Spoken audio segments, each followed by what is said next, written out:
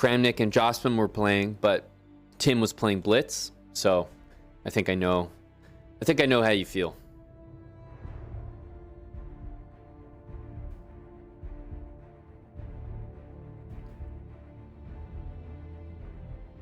You know, after yesterday's Title Tuesdays, you know, I don't blame you for confusing Magnus and Hambleton. Easy mistake to make.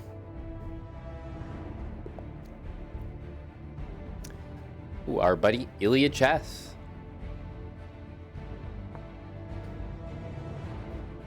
Haven't seen Ilya's name in a while. Hopefully we get a D6 here. Okay, not quite Java's. It is Gory, yeah. Not quite Java's maybe preferred G6, but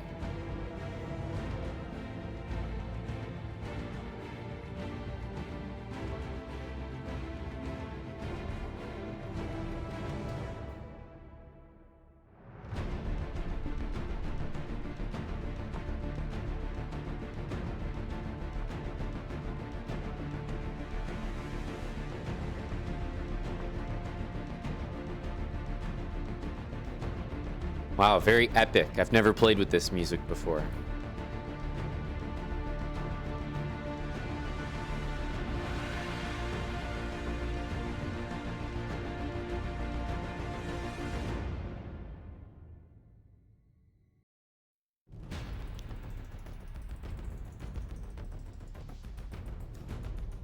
E7 is definitely leaning towards that move.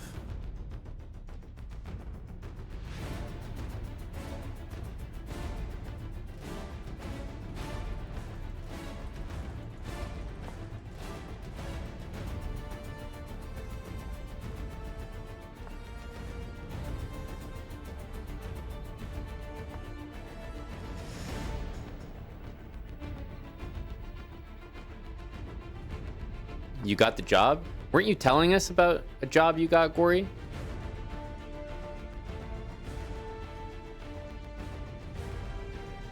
I thought you already had it. Oh, okay. You were hitting us with the premature celebration. I see, I see.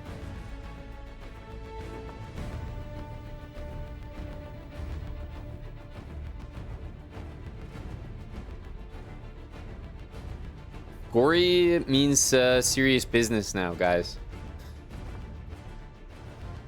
Okay, Gory is doing what we all wish we could. Teaching chess to rich people. The dream.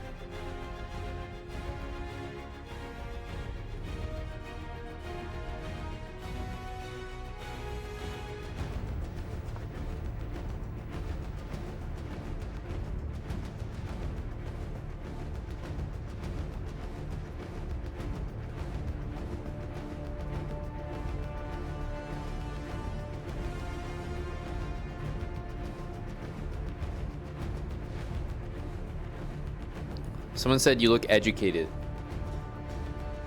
Frightening to imagine what the usual perception is.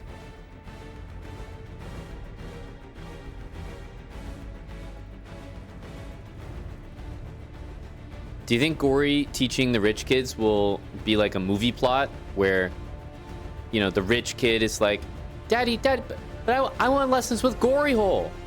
And he's like, I don't know what the big deal is about this kid, but sure, whatever you want. And then, you know, the dad is overseeing the first lesson, so Gory begrudgingly teaches him about the Mora.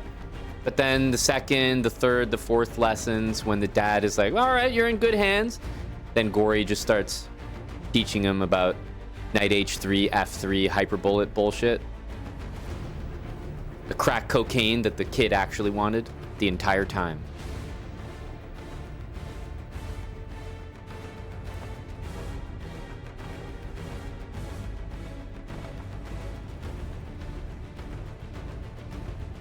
I figured this move was coming, which is why he was waiting for so long, but to be honest, it can't really be that bothersome, so we're gonna have to wait and see.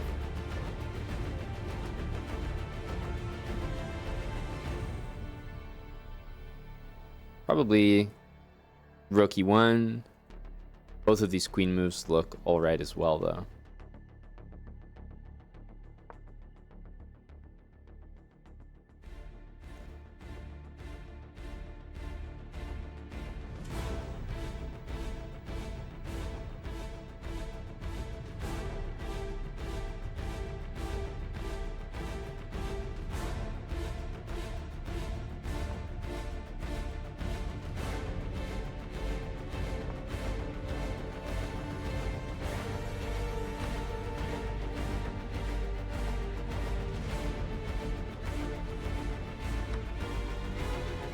This doesn't even look that bad, but obviously some sort of bishop move comes to mind here.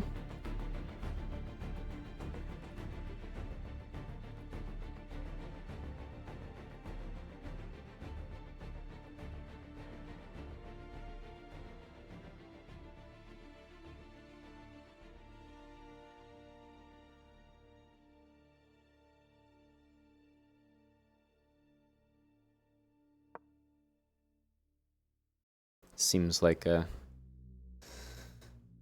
should be a fine move.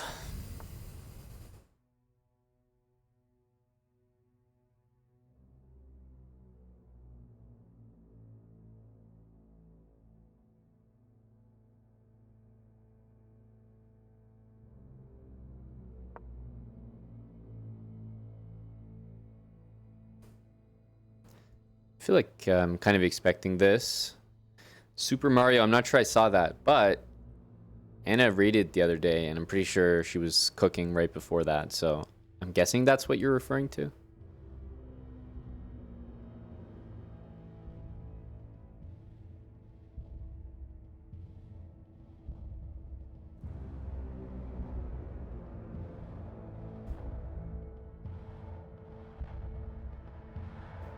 I was just saying, Felix, it's been tough. A lot of people, top brands in the industry, reaching out after that performance. Now would be a very good time to sell out. King F8. Interesting.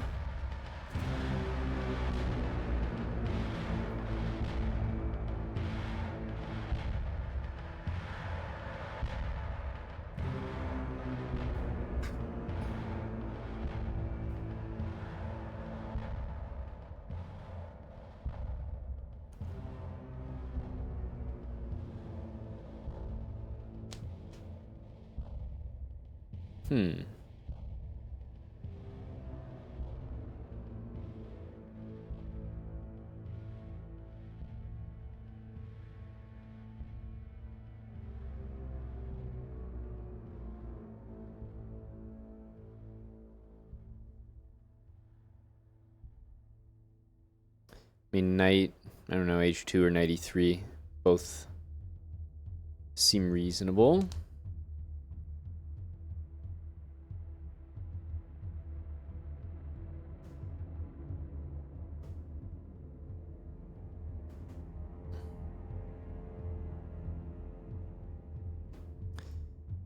I think I'm gonna do this one. h4 we can take. We'll see how this works. Honestly, I'm not gonna lie. Because we're being attacked here, the music is... maybe it's not helping. Yeah.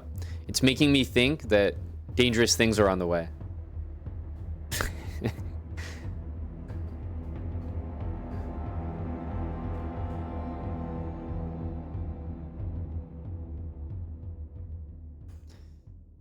Well, let's see if we can survive here.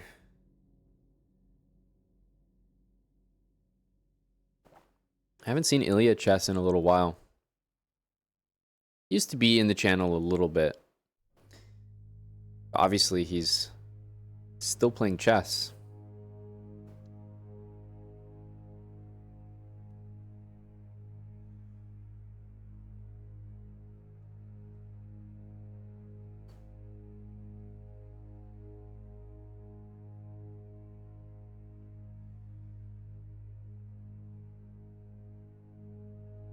It might have made more sense to use the other knight, but I like the idea of opening up the queen. So here we can take this way, and then h4 will happen. We could go bishop f4. I'm not too sure how good that is. The other option is the more, I suppose, kind of natural looking bishop takes, which I think I'm going to go for.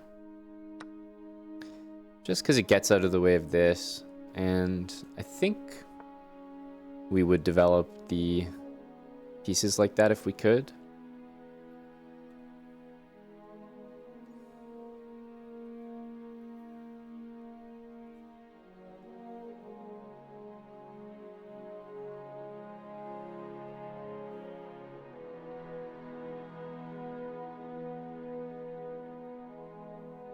I don't really know what we're gonna do, but I'll play f3. It seems like the right way to have the pawns.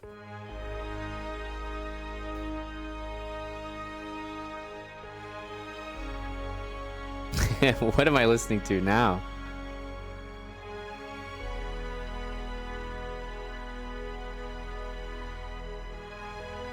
Queen here? I don't know.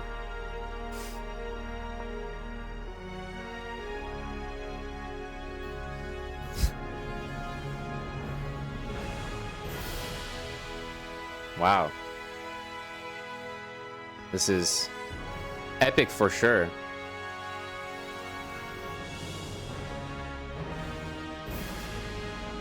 Holy smokes.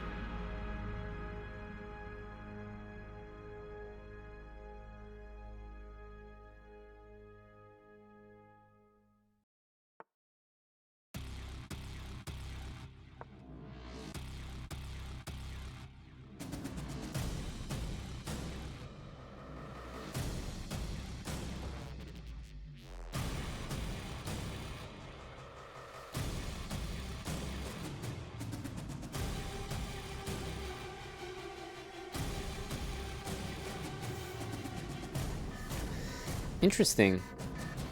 You feel kind of good about the position. I'm not sure I feel better about the position than a couple moves ago.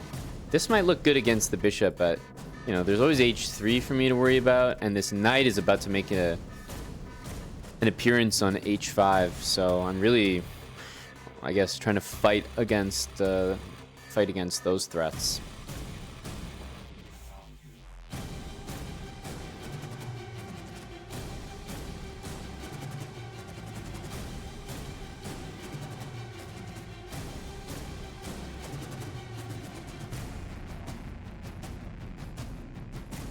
So epic. It is hard to push the e-pawn because of this, but for the moment, obviously, we have a threat. So h3 happens. I have to say, my feeling was that we might even go all the way with just g4 here, but of course, g3 is playable as well.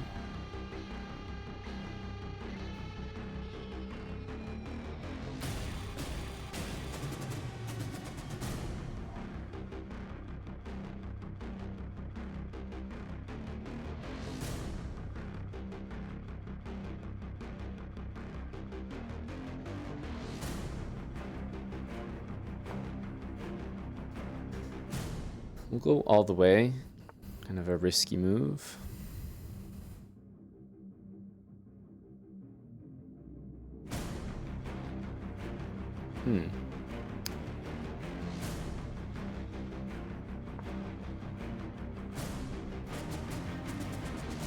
I guess if knight takes g4 works here, it works. There's not much I can do about that.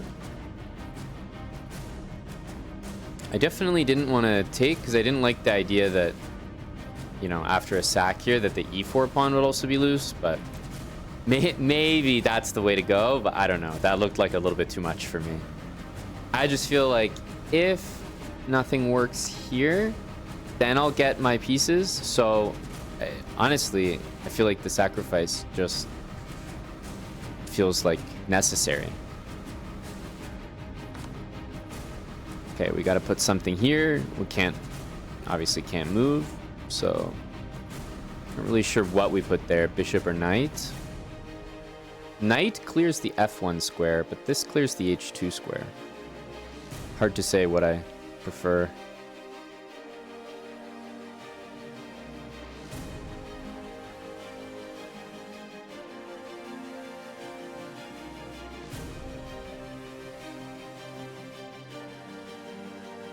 Strangely, I'm going to go with the knight.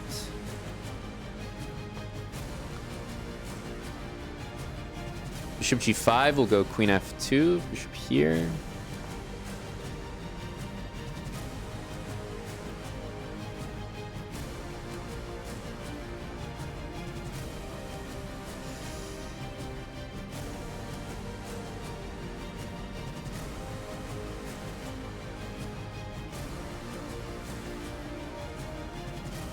Yeah, we actually don't really mind bishop takes rook here, I think.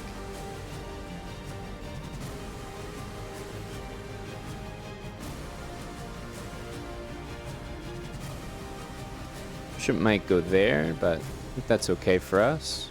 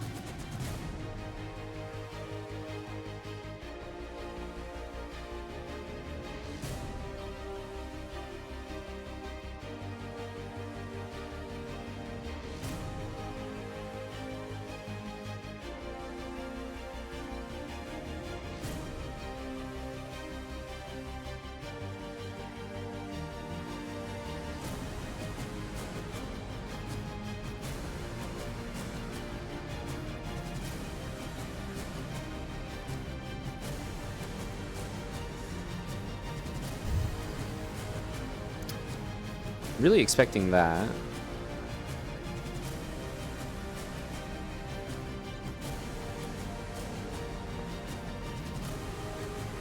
Takes rook f2, rook e1.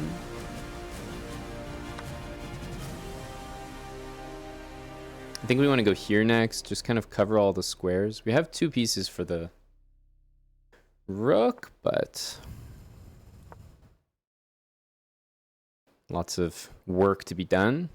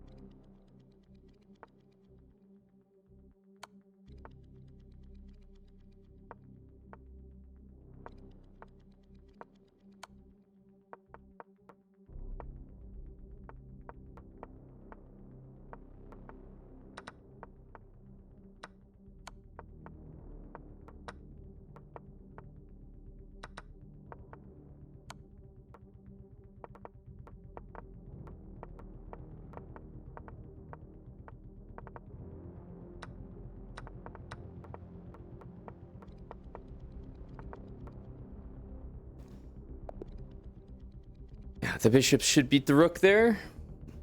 Oh, very good game. I mostly was kind of shuffling the bishops because there wasn't a very obvious plan. The bishops obviously beat the rook, but I was trying not to really allow the rook into the position and couldn't think of a way to do it. So I just didn't really have enough time to execute like a win on the board. But the bishops are just so dominant. They should always stand a bit better. But that was very interesting. I definitely did not like my position around this point. I don't know if that was like for good reason or not. But if I'm being honest, after queen c8, because I know that my opponent's most likely going to do this, whether it's good or not, I should probably just play one of these moves. Because if he castles, then I'll castle. And if he plays g5, it's premature. I'm not even castled yet, so it's not even scary. So I think this was a bit of a poor move, mainly because the way that he's playing is not very good. So it feels like he's kind of waiting around for the moment to play g5, g4. And castling is a great move, but it hands him g5. Now, after I castle and g5 happens, of course, we could still be slightly better, but Black has a pretty clear plan there, and I actually started to like his position more and more after that. So because he's playing so slow and like not really doing anything, I really regret not just playing a slow move as well and waiting to commit short castle. That's the only thing I really regret there, because I actually started to like his attack a little bit. Wasn't like anything too dangerous, but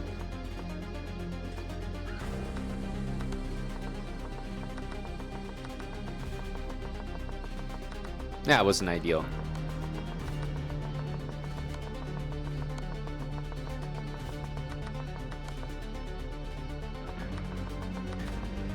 That was a good game, though. Good game to Buddy Ilya.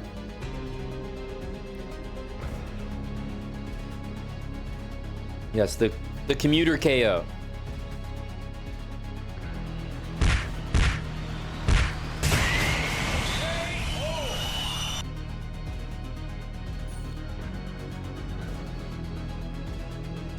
Hey, was estás? Good to see you. Familiar name?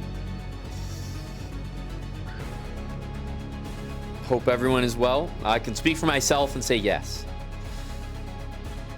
How about you? What are the new life updates? A Dying Wish, thanks for the 18 months. And Etienne, you made it, buddy. You did it. It's 69 months from Etienne. Go Etienne.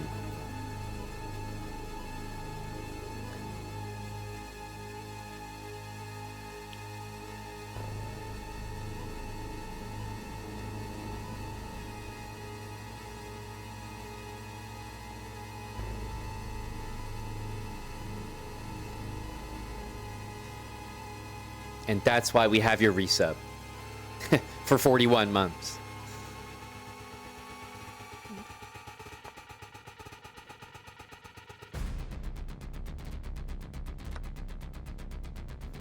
(4-1) up against Magnus. Yeah, that's pretty good. Because now, if Magnus is going to get to a good score against Danya, not only is he going to have to win a ton more games, but he's gonna have to play a ton more games. So let's say the match finishes like it starts, and if Magnus wins 10 games, like he would probably stop maybe after 10. If you're up 4-1, it's like not only does he climb back the 4, but then he has to beat you by a score of like 15-4 for anyone to be impressed. So you just earned yourself a whole bunch more games. That's the way I would view it as a guy who would be planning on losing the next 20 games in a row. But Danya, on the other hand, is actually probably capable of continuing to win more games, so I'm not familiar with that feeling.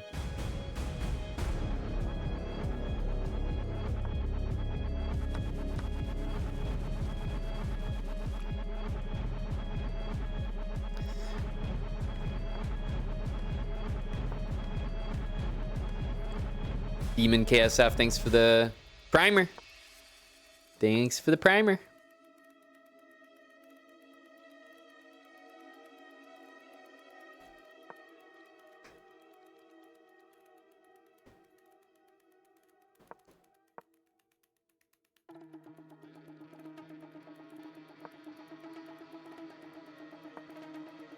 Queen takes a5. Queen c1. And how does white not get mated?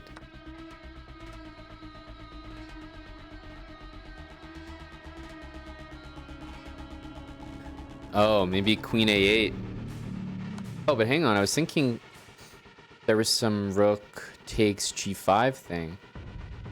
Oh, wow. King f7, queen here, king there. Then there's bishop f4 because it's pinned.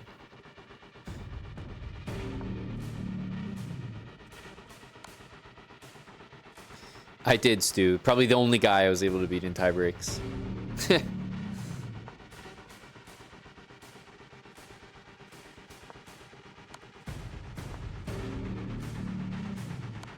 Crazy. Yeah, the music is definitely adding to the game here. Wow. And it's force mate for white.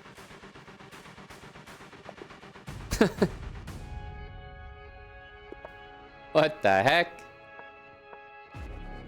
Hey, did you guys see that Kramnik and Jospim finished their match today?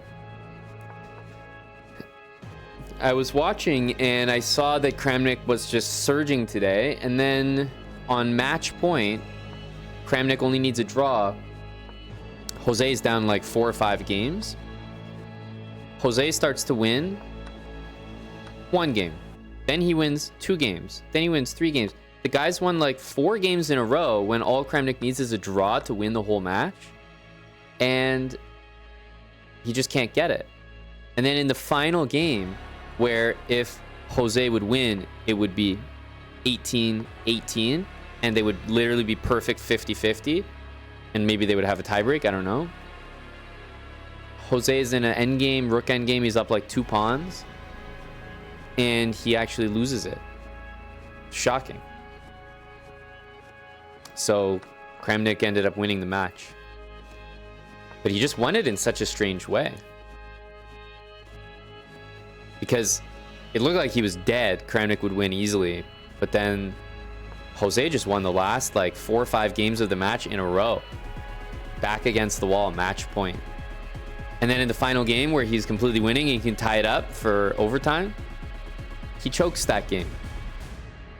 So sad. So Kramnik won, I think, 19-17.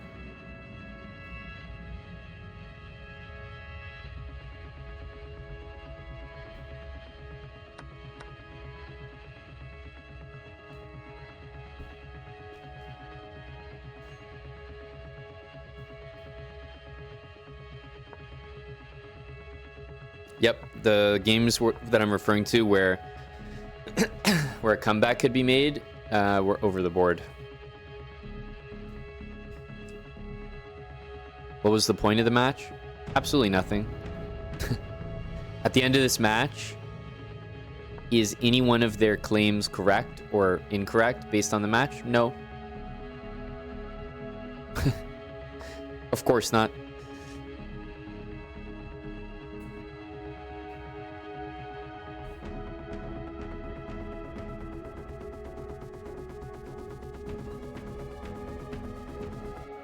But hey, it was something to watch, something to follow.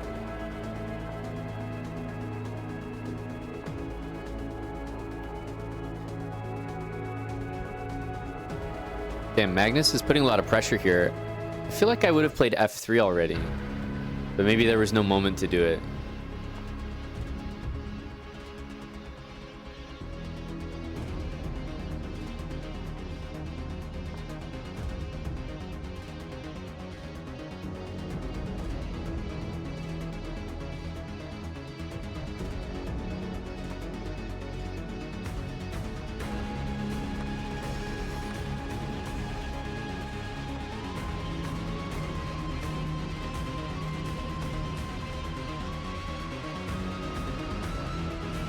These guys play every so often. I was just checking in.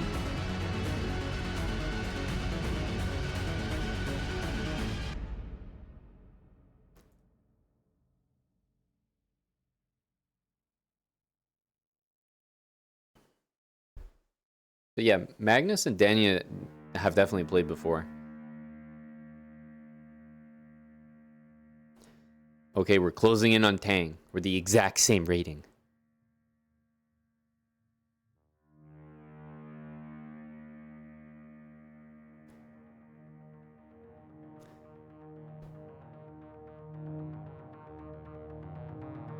Sorry, Mattis. After my performance yesterday, the pressure's on to deliver.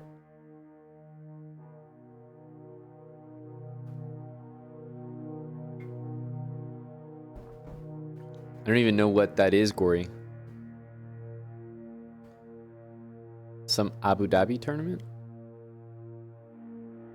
Oh, Sinquefield Cup is happening.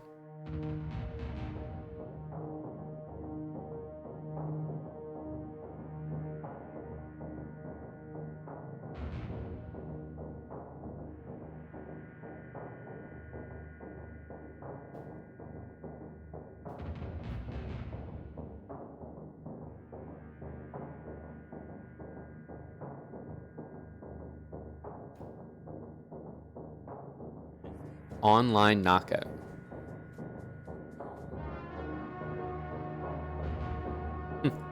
How does it work? I don't know what this is. I don't know what that tournament is.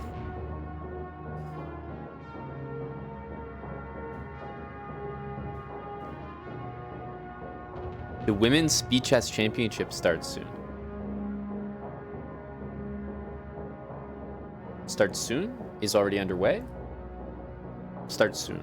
I think tomorrow?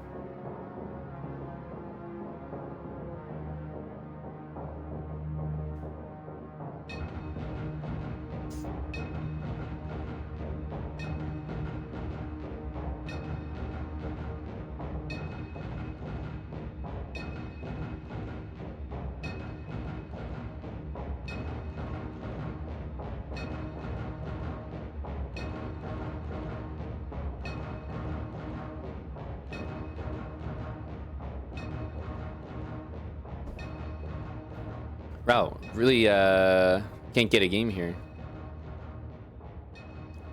Telling me I'm forced to watch Magnus play chess? God. How frustrating.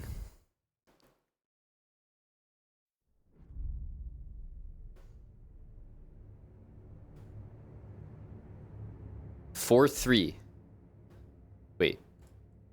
Wasn't it just 4-1? What happened?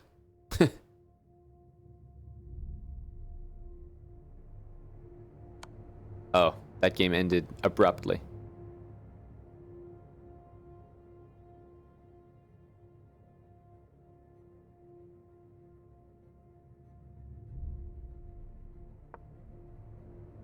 I guess these are from another session, because it looks like they played a ton of games.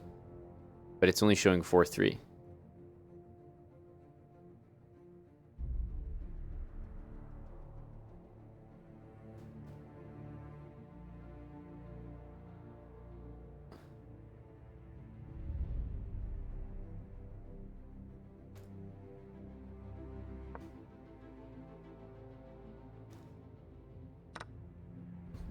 These look like some interesting, interesting odds. Queen, I guess, for rook and knight, but black's pieces look slightly suspect.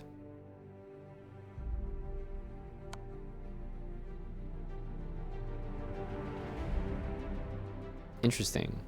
Rook f3 he wants? No, knight. Knight f3, of course.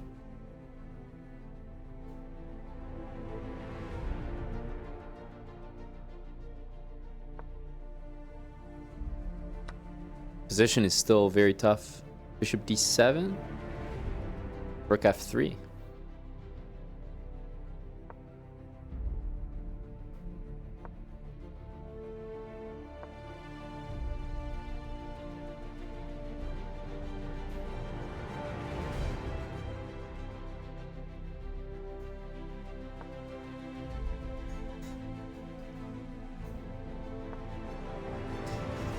Alex Thurn, I'm not.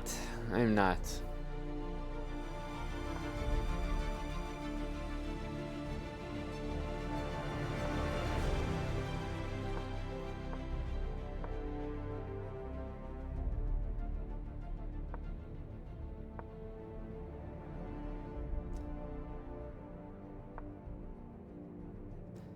still looks like it's, I don't know, almost easier to play for white.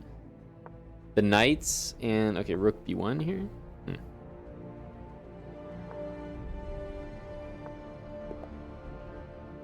Oh. Speedy Scotty.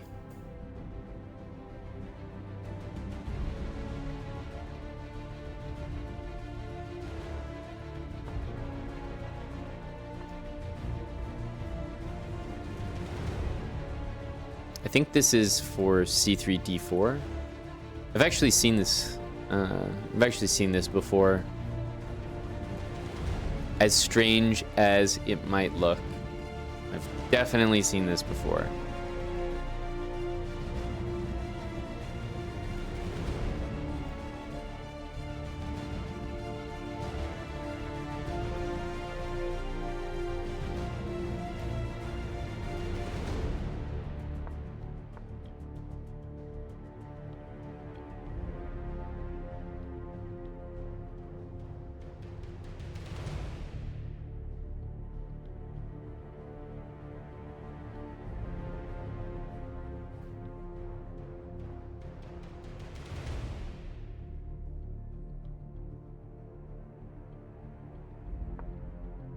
Let's go here.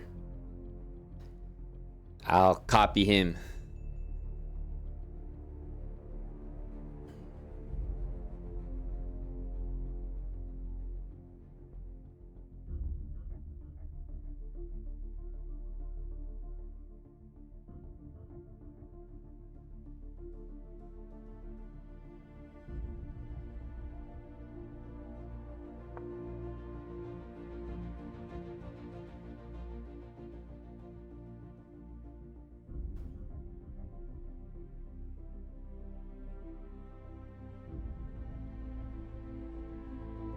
Because why not? 100 bits? Well, some ask why. You ask why not. And we like you for that. Thanks for 100 bits. Why not?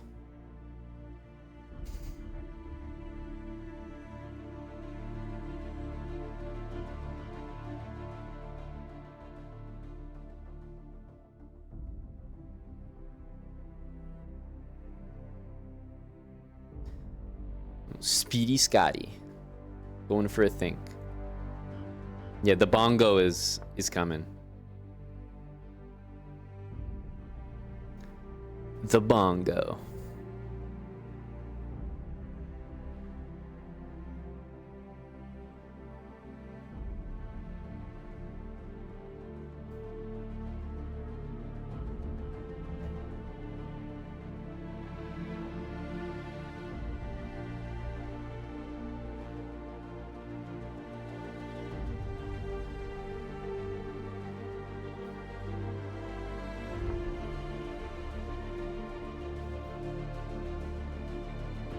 You don't understand what white is doing? I think we're both in the same boat here, doing some strange stuff.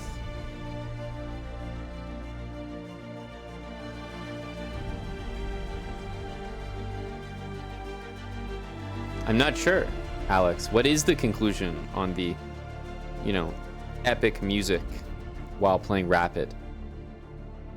I'm barely getting used to it here. It's new for me.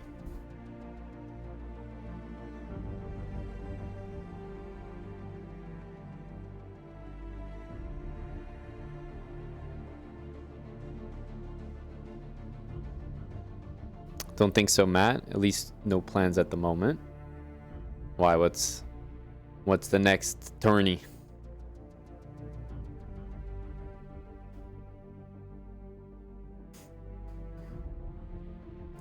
Thinking maybe like here we could try that.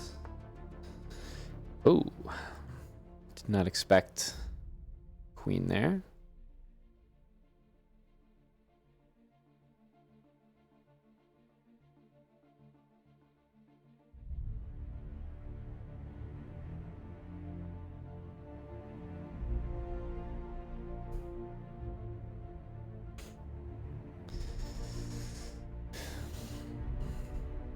I guess we could do this one just for the imbalanced material.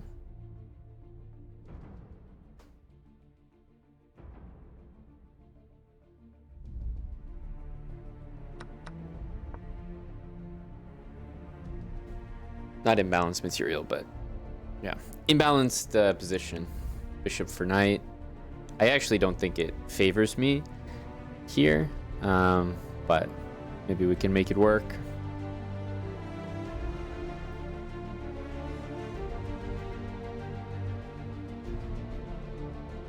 F4, knight b6.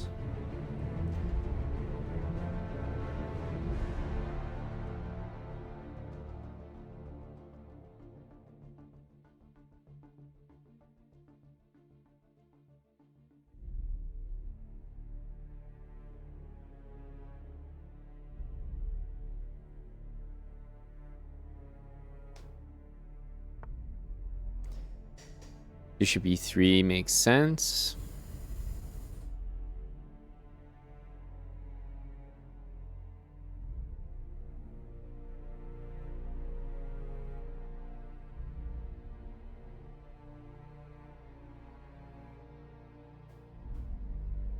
I'm definitely looking at queen f6.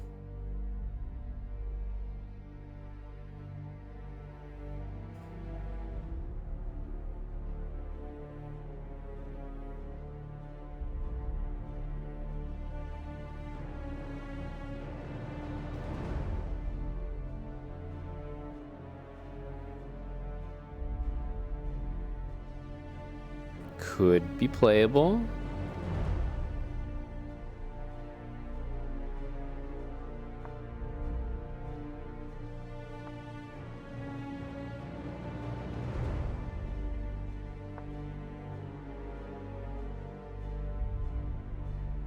Hitting d4 and f3.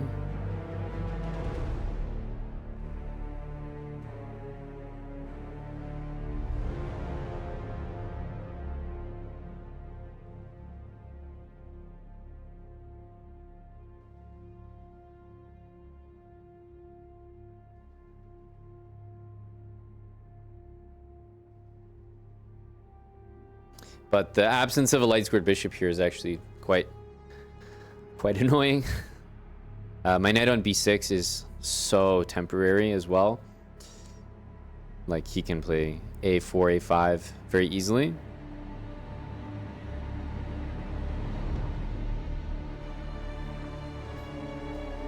Yeah, it's a good move, I think.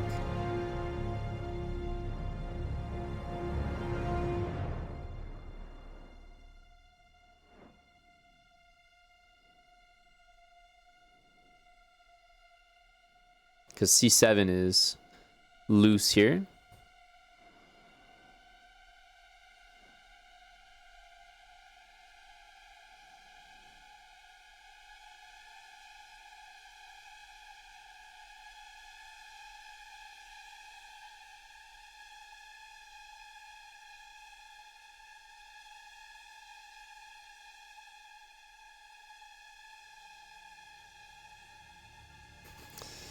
Yeah, hard to say.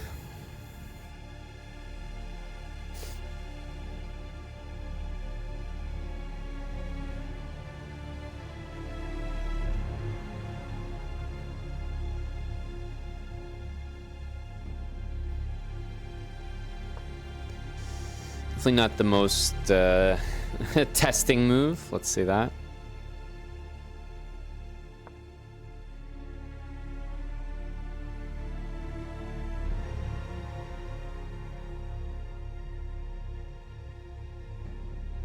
I do want to trade dark square bishops here. We got our tense music on, yes. Theme song Wednesday.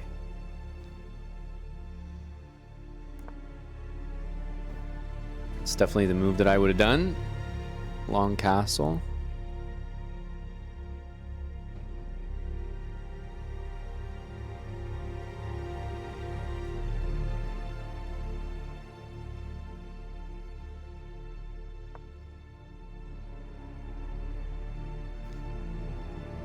I was thinking maybe this one could have been interesting before my knight was there. It's quite possible.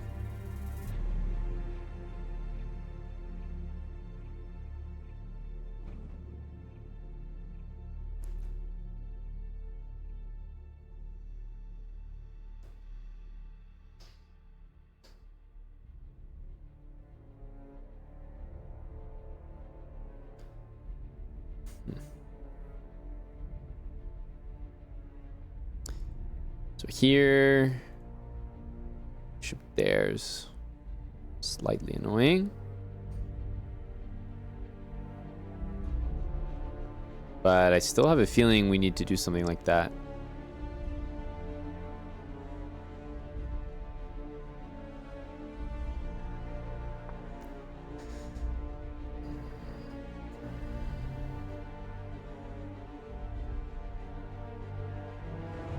Just because I'm not sure about f4 when I have f6. Maybe it's fine for him, but if he doesn't, then maybe we'll go there. And after we bring the queen back, maybe bishop here. I basically want to trade these bishops, hopefully no matter what.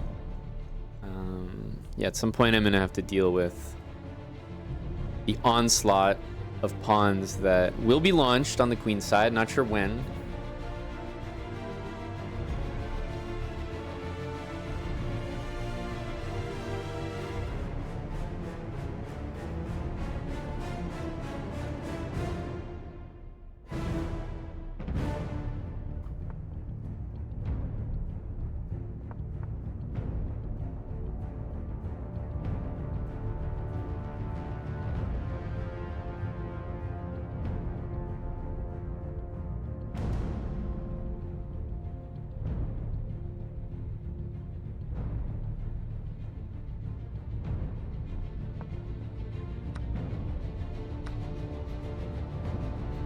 Interesting that he, I don't know, that he took so quickly. I was thinking f4 and bishop e3 both looked like very reasonable attempts.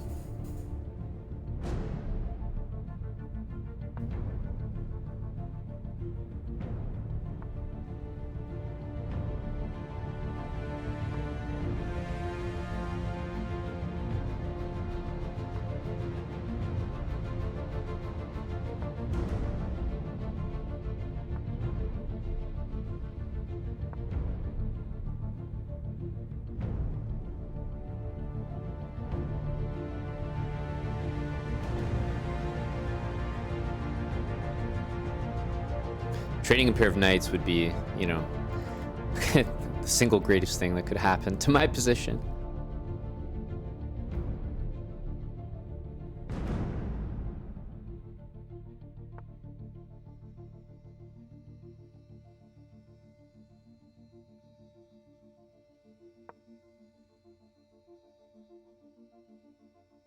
I'm not really intending these. Wow. No way. That's crazy to me. Crazy to me. I can't believe that knights were voluntarily exchanged like that. I don't know. I got nothing to say to that. Putting my queen here just to control the square, like if he offers a trade, I'm definitely going to take it. And I think at some point we still have the move g5 to play. And for now, the a pawn is, okay, it's loose, but our knight's on like the best possible square. So I don't think I'm in a rush to clarify things there.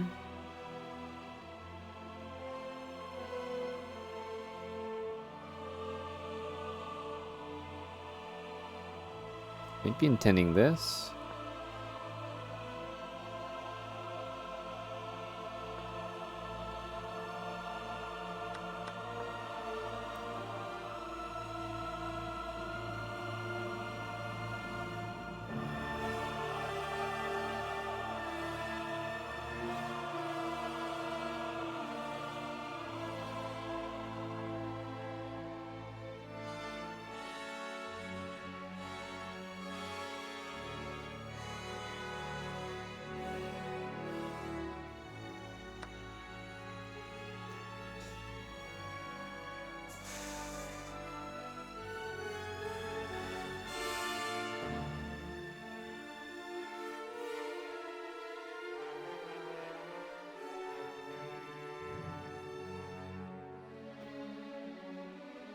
Okay, rook g3, I think we'd take and play f4. I actually didn't consider this one.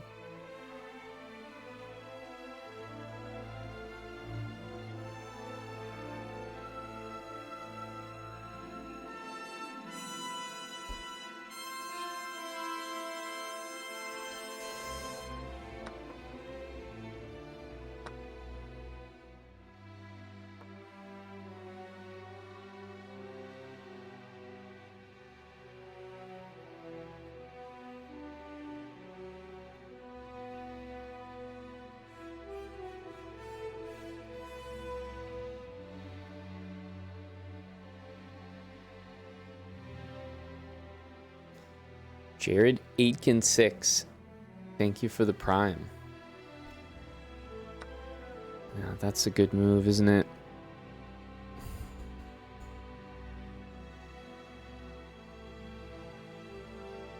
Well, we don't have a choice. We need to take... Ooh, okay, that's not a good move.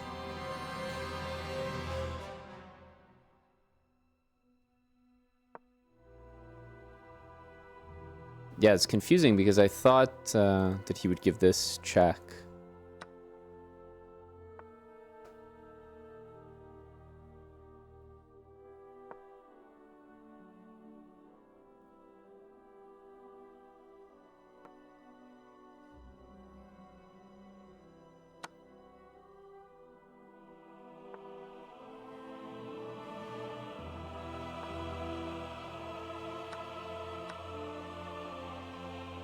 Wow, he really parts with his materials so freely.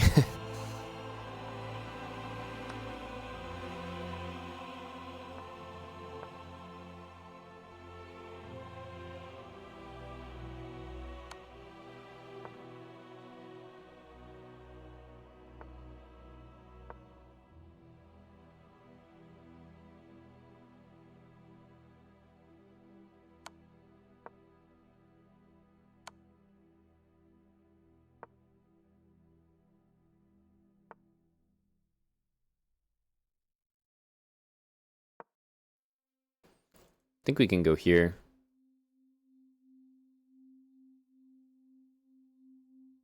Yeah, I wanted to go rook, check, and knight there.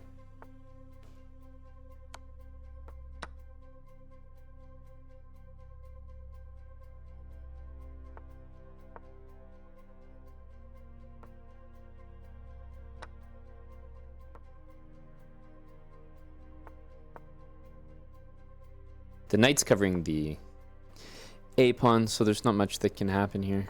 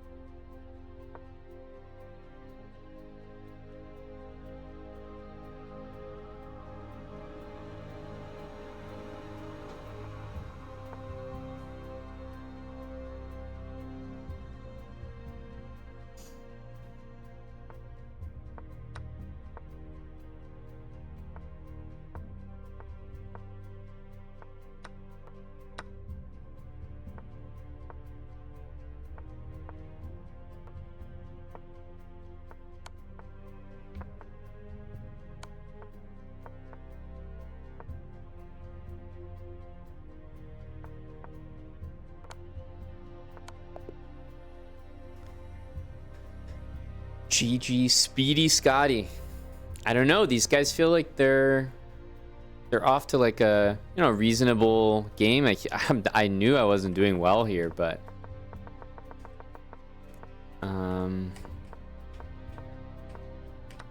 so here bishop e3 for me is the absolute best move, avoiding the bishop trade.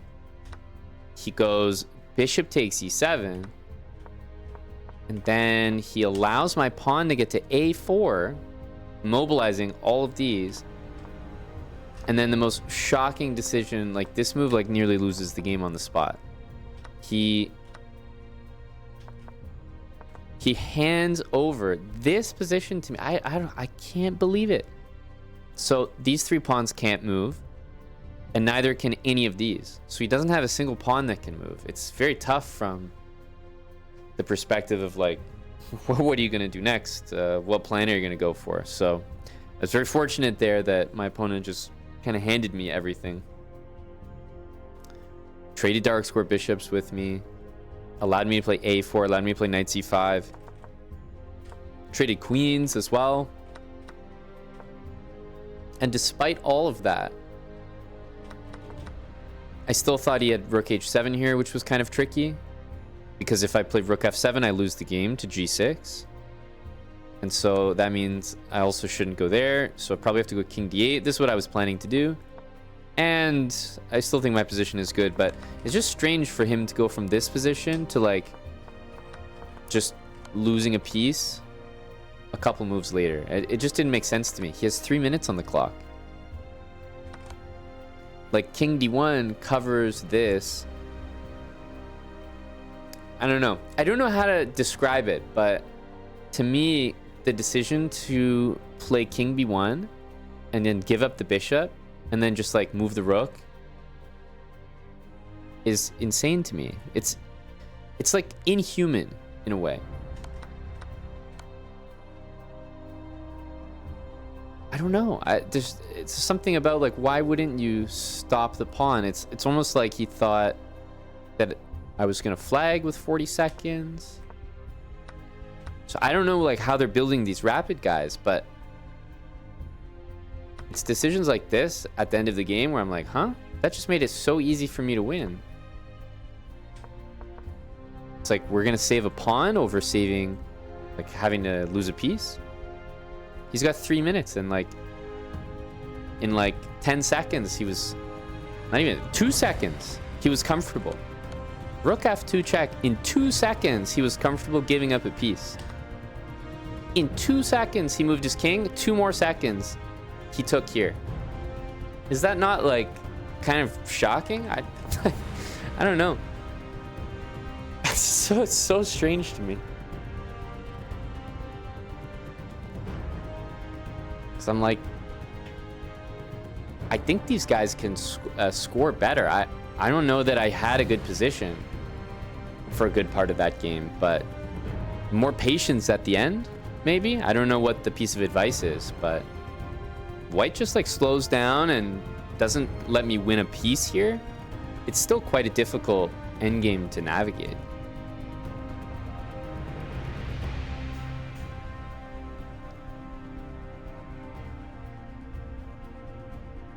Are these accusations? No, these are like the opposite of accusations. It's like these moves are inhuman, but they should be found. I'm not talking about inhuman because they shouldn't have been found. Like that's crazy. Wow. It's like, no, you should have played that properly, but you didn't.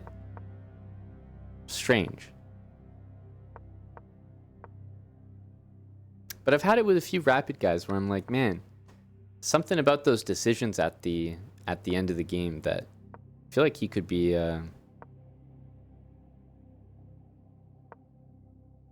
doing a lot better, especially against me. Because I know we won the game, but there were a couple decisions that really had to go my way.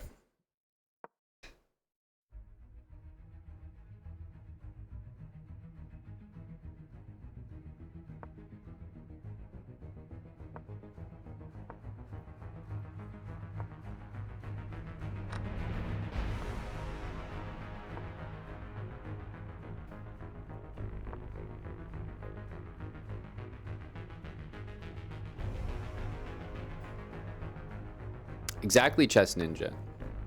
That's precisely it. There's a fine line, right? If you make all of the best moves, then you're suspicious. But similarly, if you make all of the wrong moves, you're also suspicious. Because I'm like, wait, what? This guy's 2,400.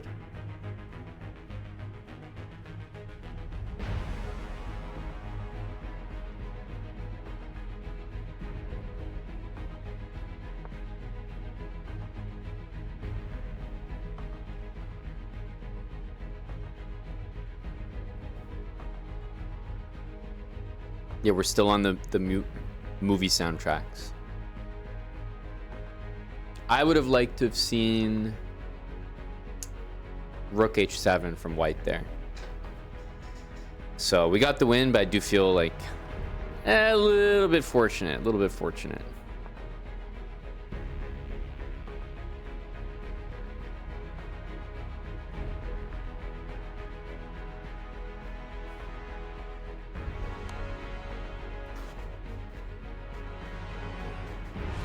Definitely math nerd, which is, I mean, another reason why I'm like shocked that Bishop E2 was played so quickly. I guess I'm going to play knight takes E4 there and knight G3. So knight E4 also threatens knight D2. So I should be able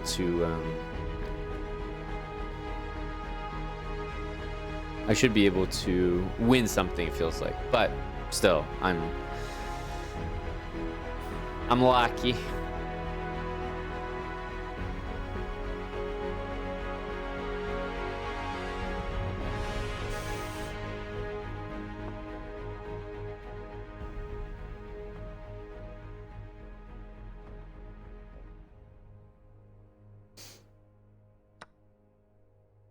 You want to add some songs to the movie track list? What does that mean? You want to add like non-movie songs? Or you want to change the playlist vibes? Both are completely acceptable through the song request donation.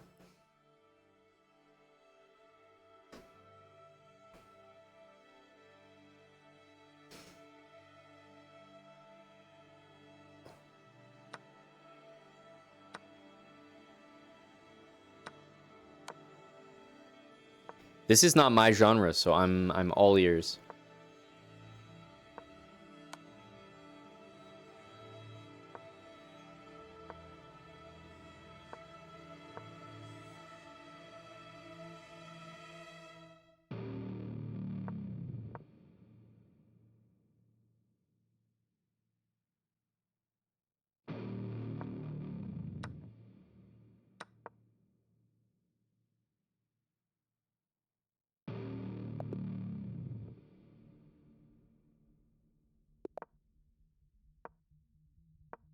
Seven and a half, 6.5. See, if you tuned in, you'd be like, damn, shout out to Danya. He's killing it. And he is. But if you were there earlier, you would have known that it was 4-1. What has happened? Thank you, Nimzo Indian.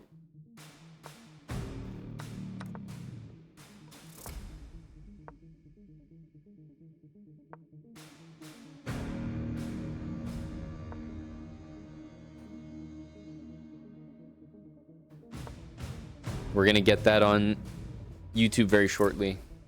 There'll be probably a couple videos from it, but I think one of them will be out tomorrow.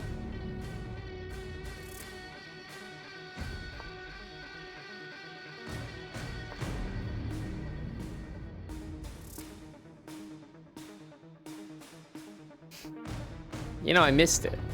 The fair play call, it was nice. It was nice. It was cozy. You guys don't know what it's like, all right? The refreshment area, the heated floors. I mean, it was nice in there. Got to get back in.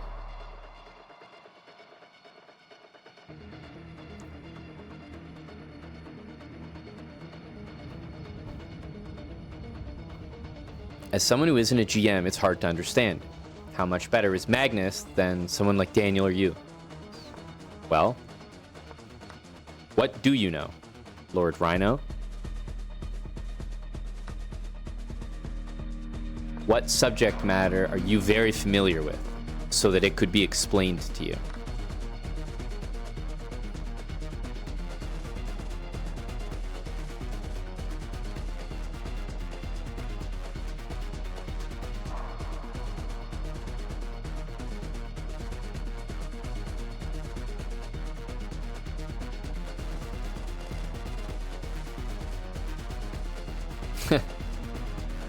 A good line, Mattis. I was waiting to use it, hoping he would say basketball.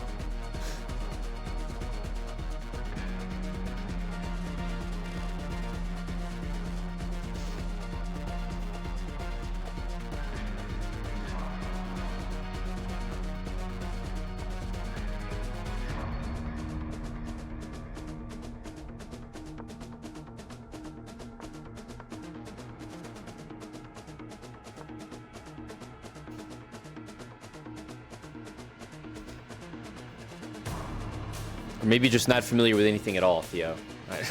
Maybe we lost them.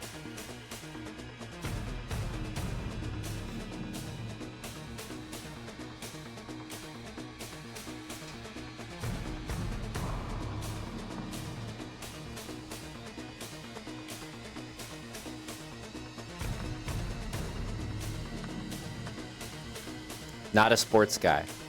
All right, fantastic. Maybe in a couple hours, the answer will be revealed. So I can answer you properly.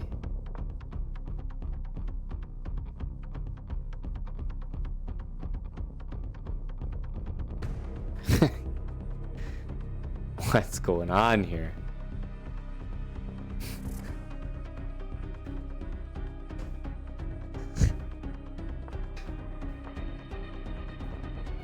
Buddy asked the question. I'm like, okay, let me try to answer it for you. What are you into? And all we've got out of him in 3 minutes is, nope, not a sports guy.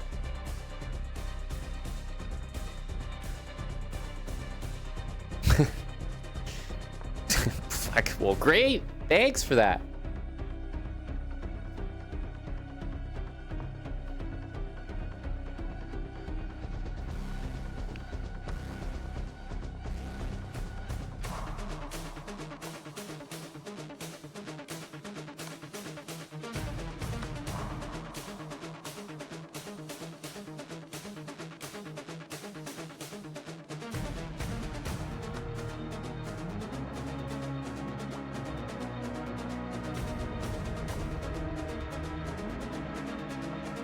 In classical format, how many times would Magnus beat Daniel? No, you've lost me. You've lost me. This, you know when I'm playing someone in chess and they don't play a move that seems pretty obvious, and I'm like, that was weird. That's like not real. I'm having the same feeling about this current interaction. It's like at some point, people say things or type things and you're like, okay, that's no longer real. It can't be.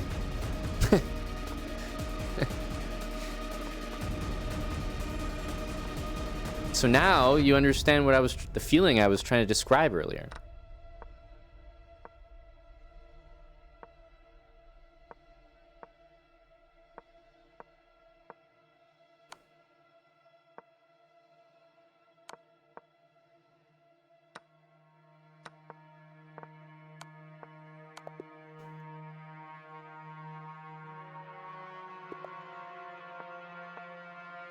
Ooh, it's starting to run away. It's starting to run away. Come on, Danya, bring it back, buddy. Do it for the underdogs. Do it for the GMs like Daniel Naroditsky and Aman Hamilton. Two similar GMs.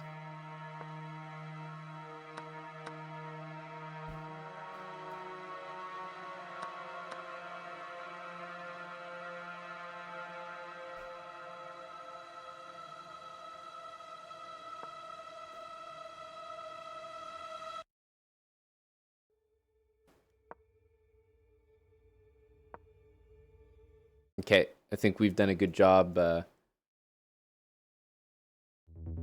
keeping the Wednesday like movie theme soundtrack. We've maintained the AI. So from 12 noon to 4 p.m., it'll still be all perfectly set up for future AKs.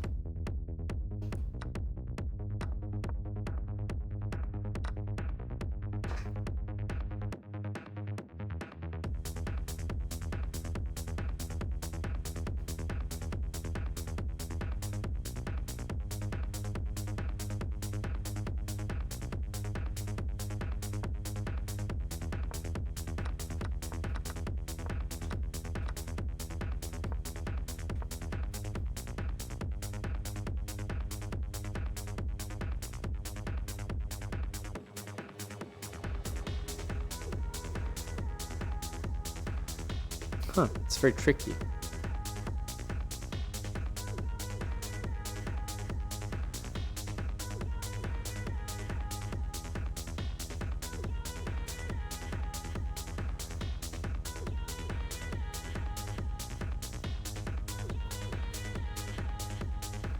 Wow. What the heck? Well, he wants to play rook d8 and win the rook. So, what do you have in store for that idea?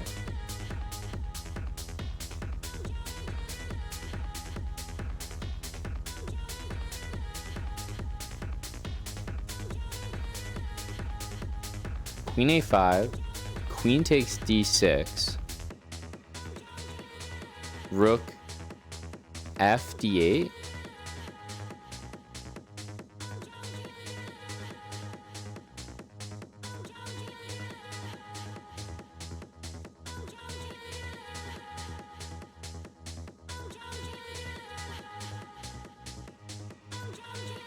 I mean, it could be the other one as well.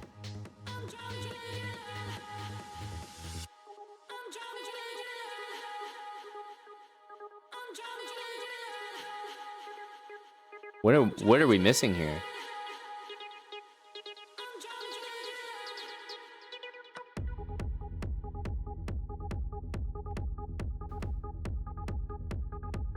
Oh my god, this is such sick.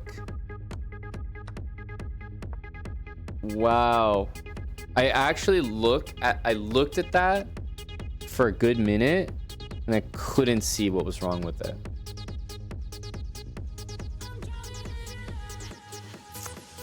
Wow.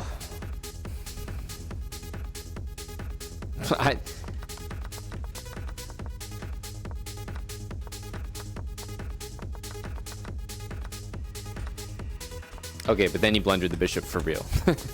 Oh man.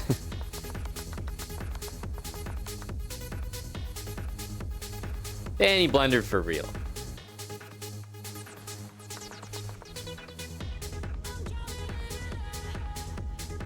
No, Magnus did not see that that tactic. These positions are never like that easy to win.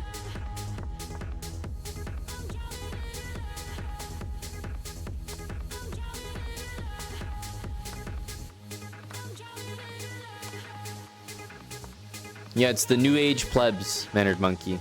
New age plebs. They got a mind of their own.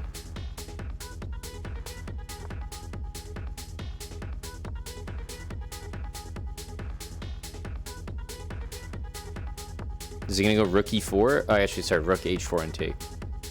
And yeah, this should be pretty good.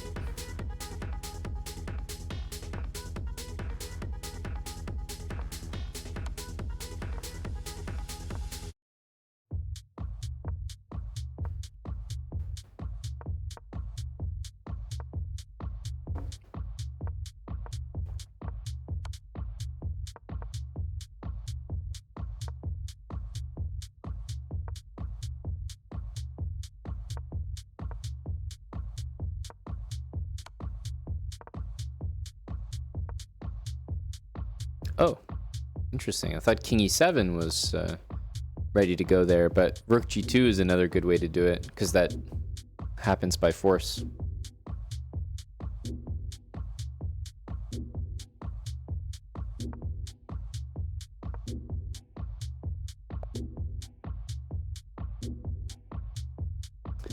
Wow, pretty nice win there.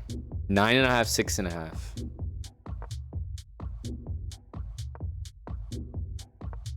Damn, and it started so well. I know the feeling.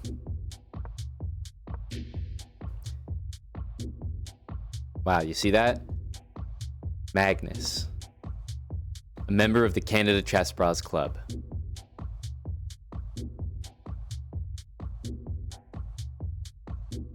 Great to see. Nice to see him retaining his elite and exclusive membership.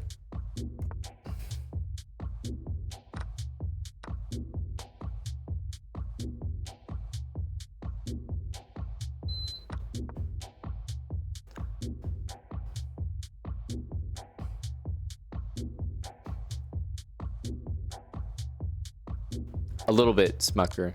A little bit of lurking. Oh yeah, there's more bug house. Have all the sweaties qualified?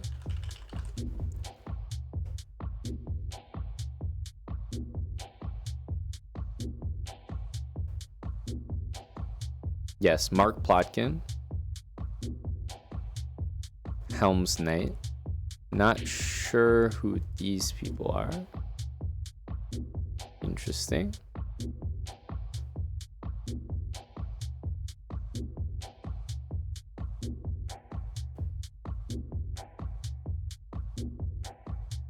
No, Plotkin's very dangerous in Bug House.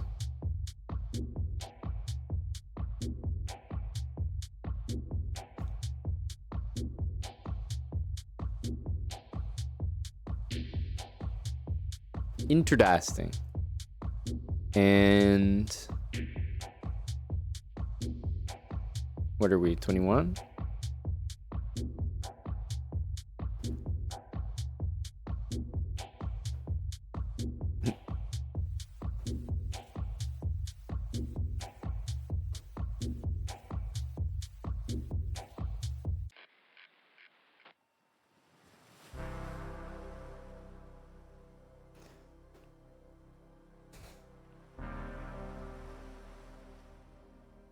Which one of the duos went 80 out of 82?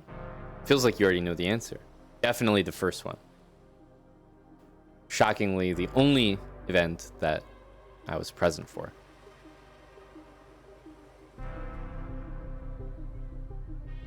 What's your dream job? What do you want to do when you grow up? I'm gonna be a doctor. How much do you want to Hey make? Benjamin, we have a I'm gonna make deal with Kick. So it's what we stream there is exclusive to there. So if we didn't have that deal, then we could stream on both as you're indicating. But trust me, it's better this way. So yes, we don't have that ability, but it's better this way, I promise you.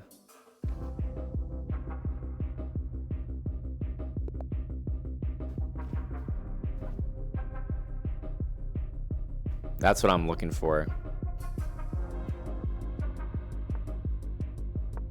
There's still a possibility. Okay, here it is for Java Bandit. You know, ages ago, he was looking for this. We finally got it.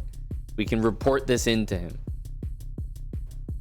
We did it. We got the King's Indian set up against the London.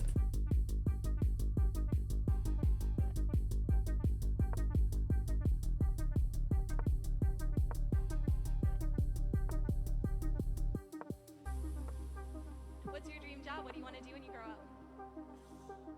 Probably this. I'm gonna play Queen B3 just because How much we can play knight D2 and bishop C4. gonna make people feel okay.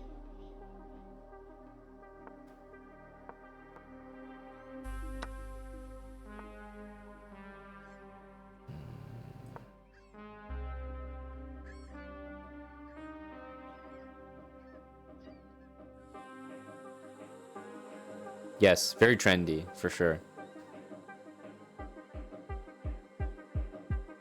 B6, interesting.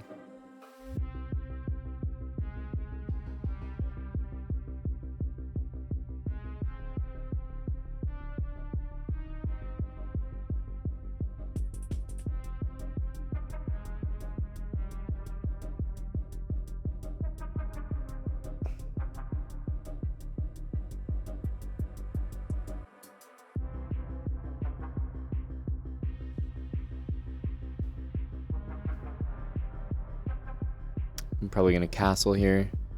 This one does come to mind though. I think this will be the reaction.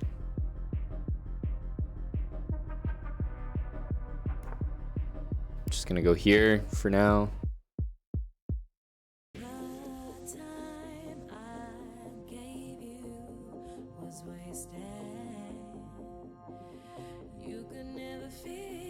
I mean, castling should always be necessary, so don't think there's any downside to doing it there.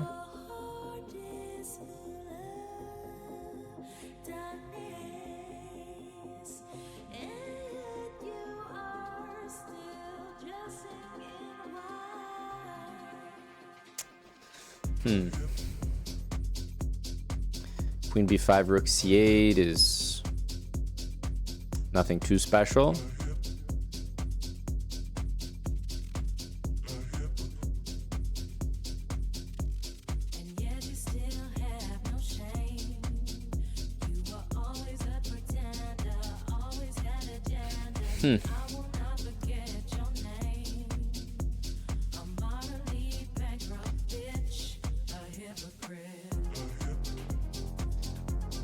Yeah, rook d1 definitely makes sense. Main question is how to handle rook c8. But for now, I feel like this is a reasonable move.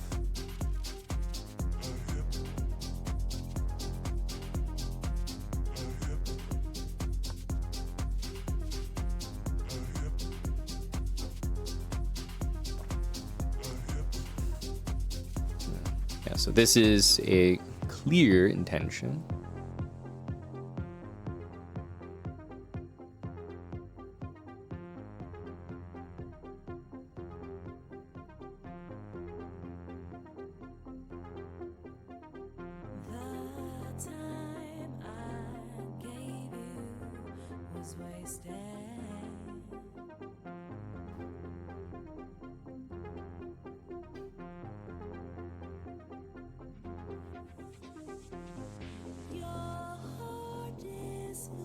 Thinking maybe b5.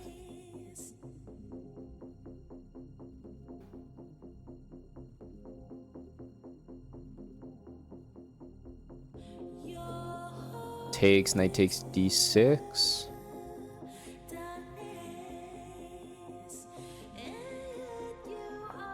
I don't know. Looks like it could be something.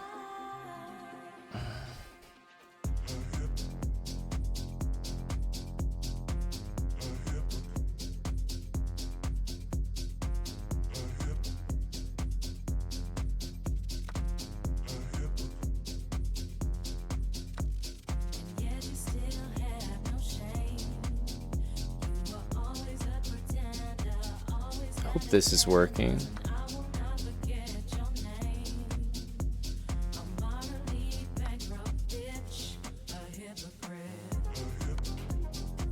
Yeah, but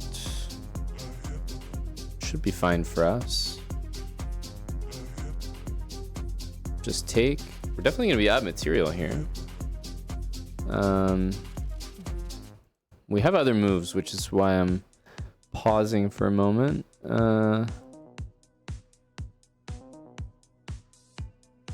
Taking doesn't even look that bad though.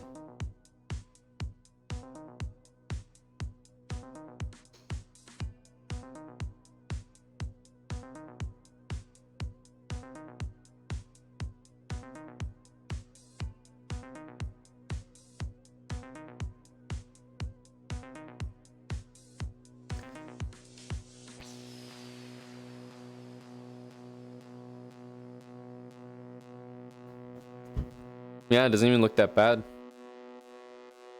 We have king g2. This seems silly because I'm gonna have to take that way anyway. And to be honest, this doesn't even look that nice.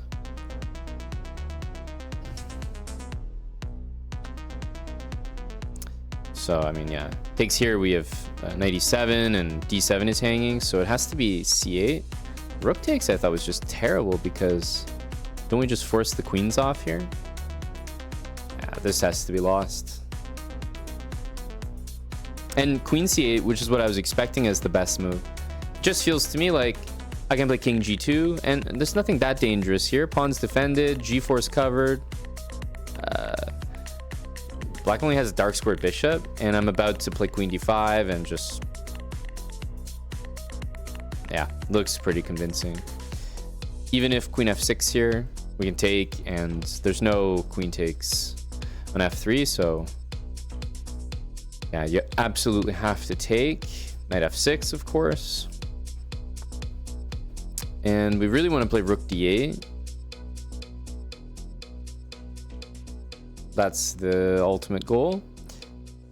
Rook d3 doesn't look bad at all. Rook d2, if knight e4, we can then go down to d7. So maybe rook d2. Feels weird to allow this, but I think it's temporary. Because I don't think that can be played right now, and we're about to play this and this. So maybe black will go king f8, king there. No, okay. Yeah, well, definitely this. King h7.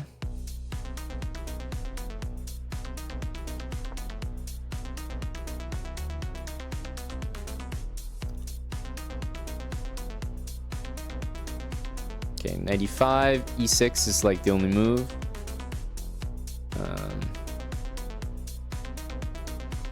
This is a good example of why rook d3 might have been more accurate, because I don't know if c4 is good or not.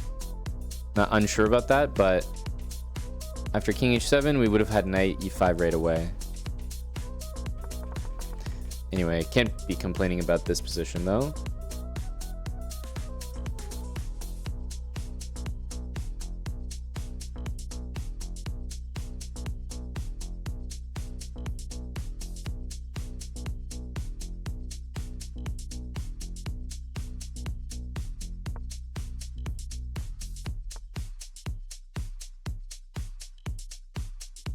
I'd prefer to play against the bishop, so I'm not trying to play knight d7, knight here, knight f8.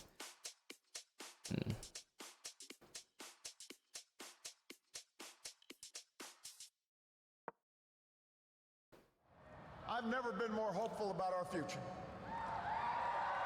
I have never been more hopeful about America. And I ask you to sustain that hope. g5. I'm not talking about blind optimism. The kind of hope that just ignores the enormity of the tasks ahead, So the roadblocks that stand in our path. I'm not talking about the wishful idealism that allows us to just sit on the sidelines or shirk from a fight.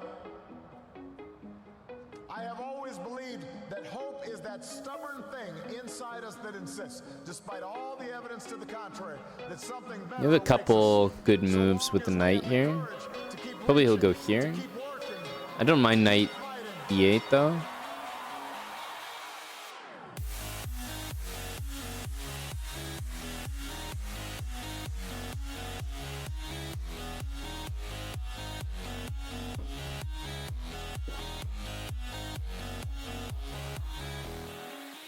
I believe we can keep the promise of our founding.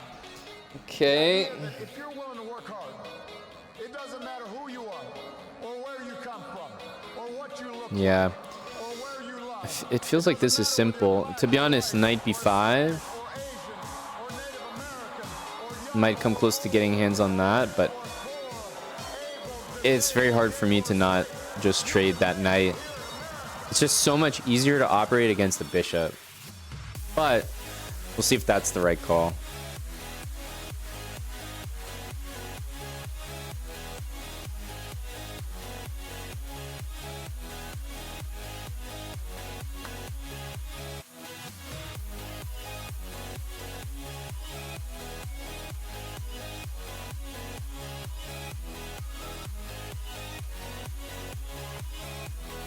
It's a good move.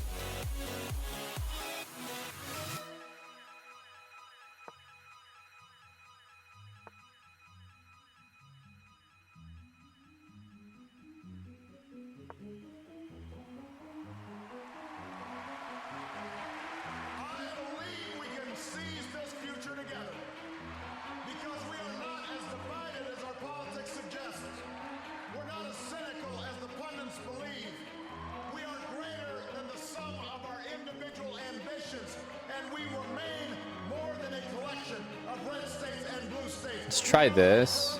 This also looks very good. I'll try this. Pawn is hit, so I'm expecting c4. Okay. I mean, rook b2 is always wrong because I get this. Bishop takes, loses to rook d3. Rook d3, bishop b4. Okay, maybe he doesn't lose. Rook takes. Rook b5.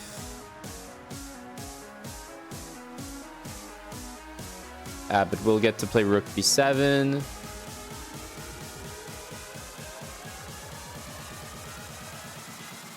Rook c7. Yeah, I don't think the bishop can stay defending it. So obviously it'll be embarrassing to be wrong about this, but...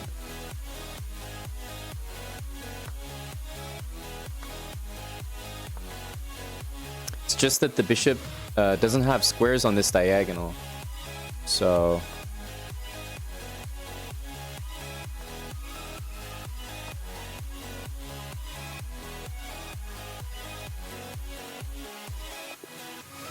yeah.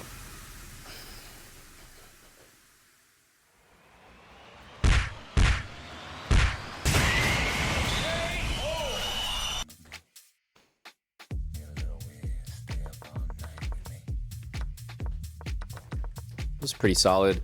I liked 98. It just made it easier to manage. I'm actually pretty sure it's not the best move, like not even close, but I personally found the position a lot easier to play with the knight off the board.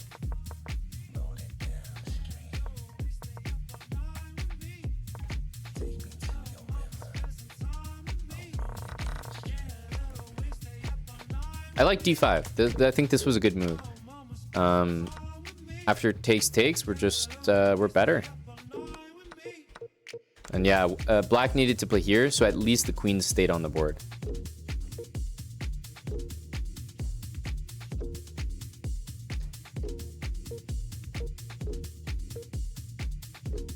Okay, not bad, not bad. Yep, leaderboard check.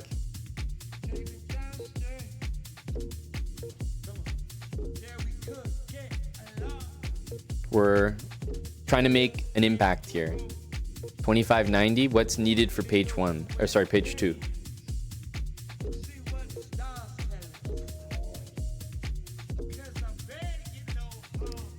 $25.93.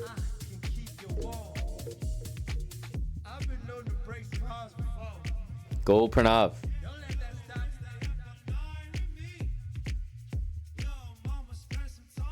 We're sniffing the top 100.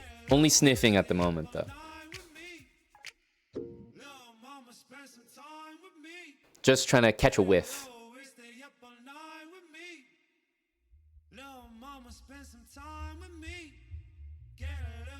The guys are still going. 12-8. Okay, he's not going quietly.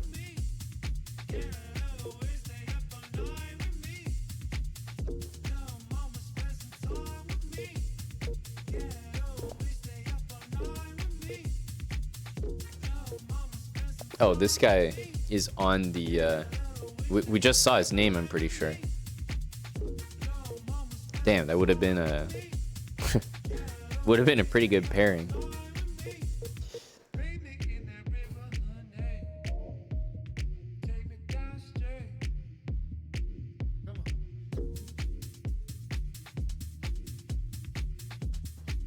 Where am I good value, Hella? When does it tilt in the other direction?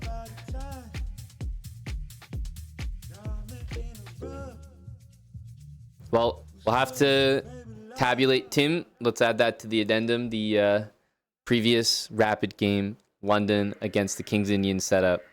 Java Bandit was inquiring, so yeah, let's not lose track of that one. Could have replaced him on the leaderboard. Hell yeah. You're damn right. We could have traded places.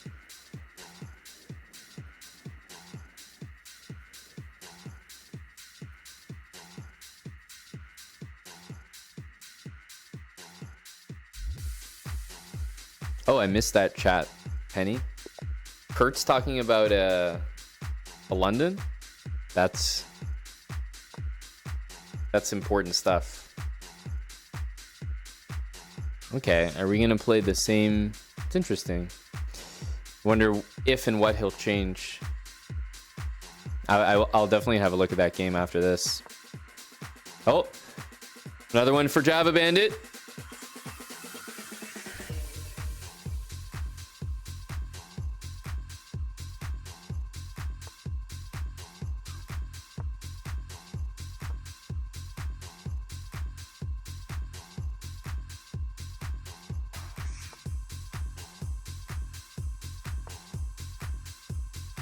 This may actually just end up being a very, very similar game to the one we just played.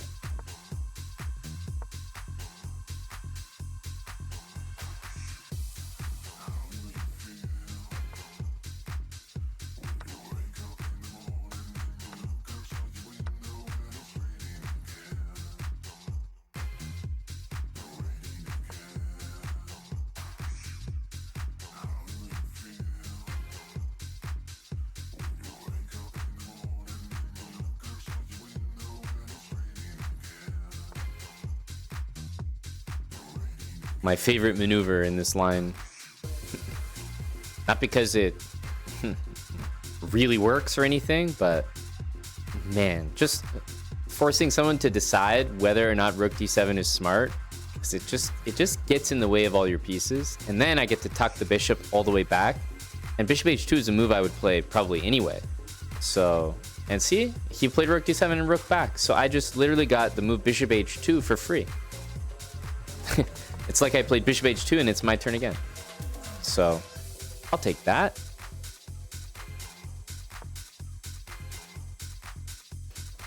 I'll take that.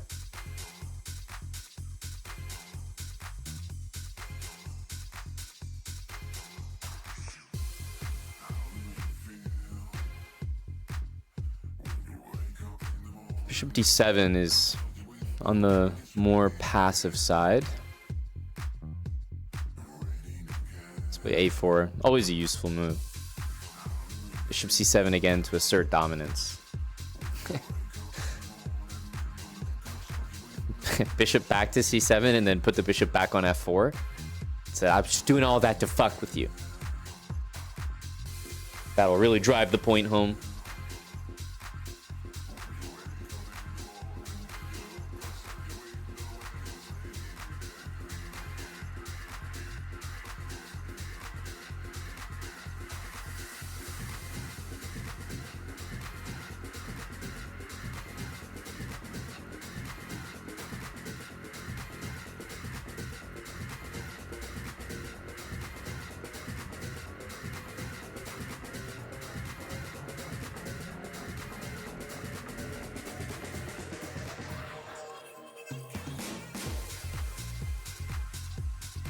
Maybe it's an option to take that knight and go a5 and do stuff like that, but that does not feel right.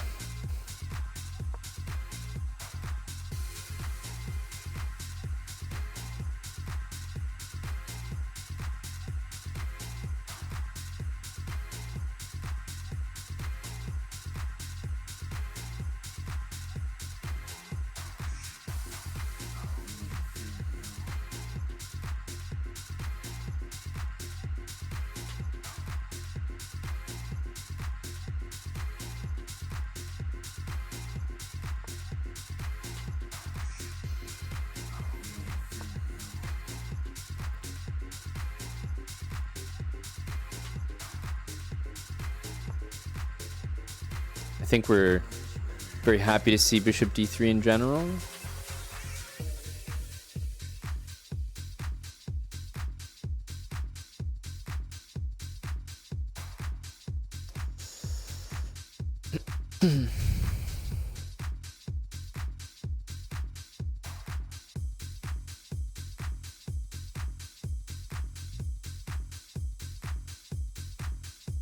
So we'll start by taking. Then I think we want to play this to get him to double. And then I think we want to play this because he won't be able to use any of these squares. And then h5 honestly doesn't look very good.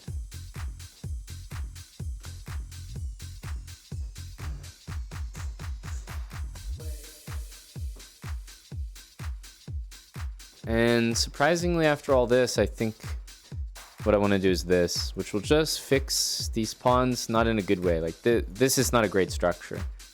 This would be a better looking structure. Okay, he decides to just go back. b5 is the intention, which means we want to go here. And now if I go g5, it feels a little bit less impressive because there are actual squares the knight might want to go to. But if the rook's doubled, he wouldn't be able to use them. So maybe not g5 now. We could just leave it.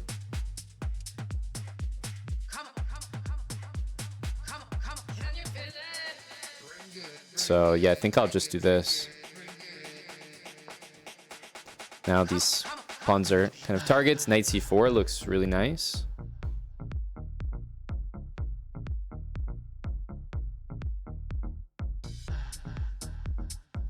Five subs from Josh. Hey, thank you, atypical Josh.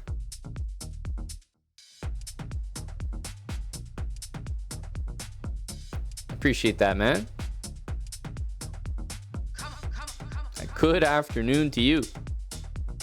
Eric finished second in Arena Kings today. I finished tied for second in Title Tuesday yesterday.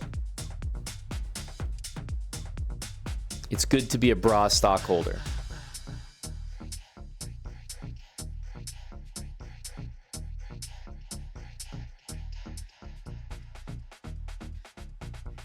Yeah, Knight c4. Almost for sure here. Knight e4 is the other one.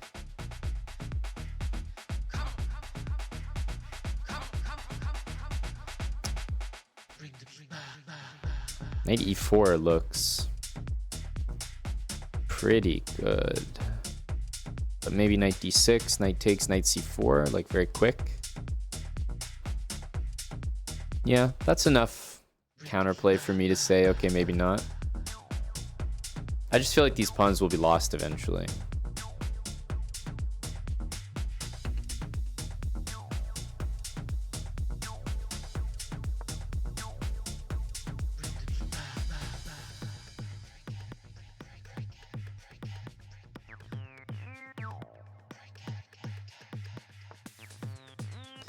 So bishop takes, pawn takes, rook d1. He can't go d5. That looks pretty good.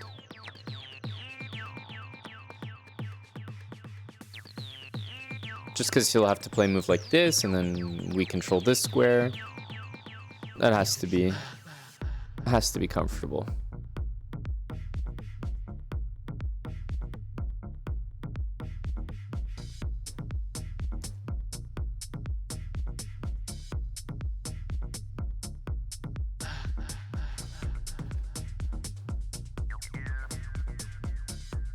So ideally I'd want this knight here and maybe this knight there.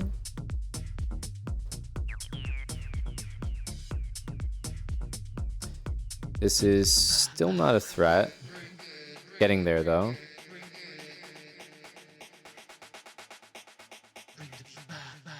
It's hard to recycle this knight because as soon as I move, he's gonna play d5.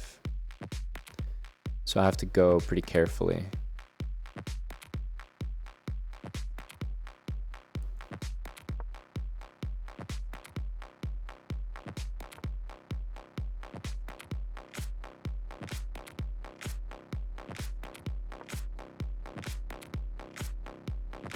This looks fine.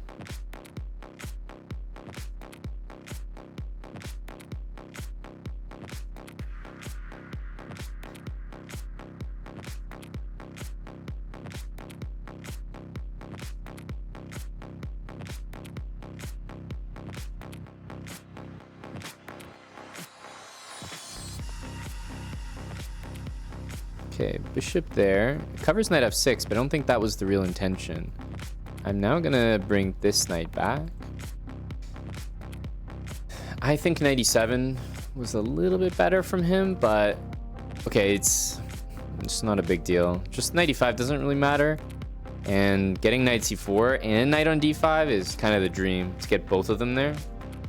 I think he's in trouble here. But he'll have to trade a pair of knights. I think it's the only way to go forward. And hopefully we can just build up pressure on this. Like, once I trade this knight off, I could just double the rooks on the d file, for example.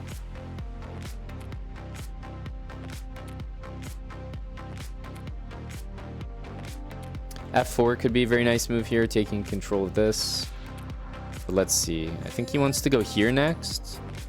And so if I go f4, knight here, I'm losing control over d5, but we do have knight c4. So do I want to prevent knight e5? Knight c4, knight e5.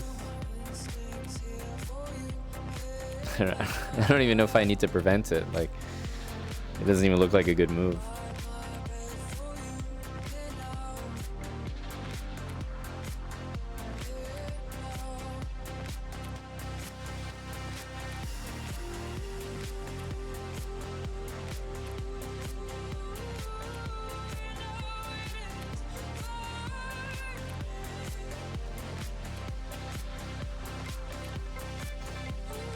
Oh, it's such a tough call. Both of these moves are just tremendous.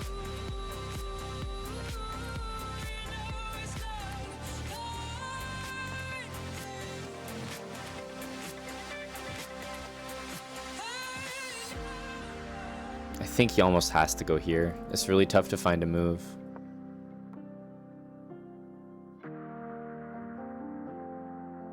Knight c4 I like instead of a different knight move, just because I want to make sure to stop, like, for example, takes in b6 or b5. So now the b pawn can't move. This pawn is protected, and this pawn is targeted. So moves like king here, double the rooks. He's close to losing something, but not quite. Knight here, there's rook c6.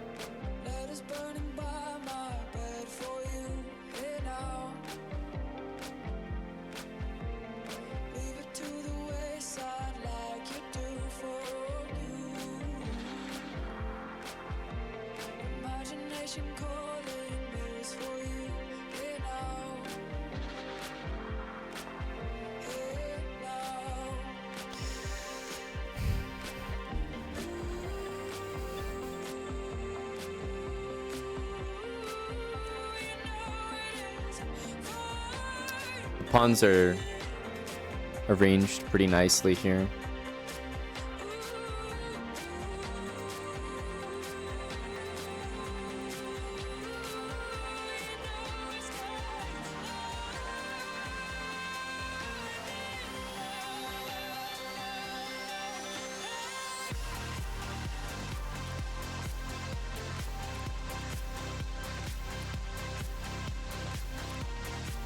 See if we can put the finishing touches on this position.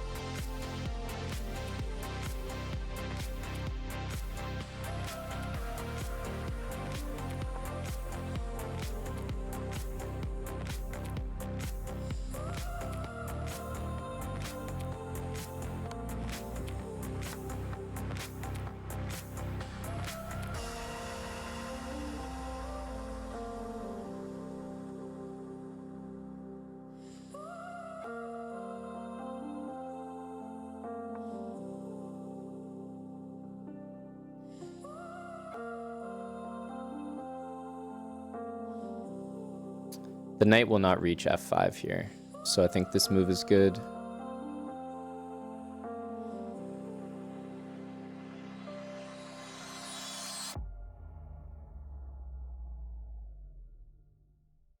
The pawns are all on dark squares, which looks silly, but it's the best way to dominate this bishop. Like, this piece has been irrelevant the entire game. Yeah, so now I don't want that to happen, so I think I am going to take.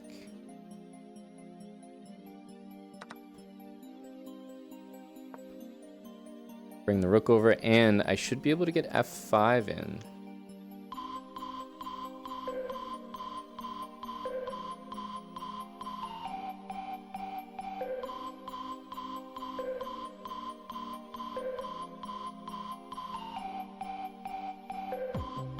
I'm definitely going to play this next, just to tie everything down.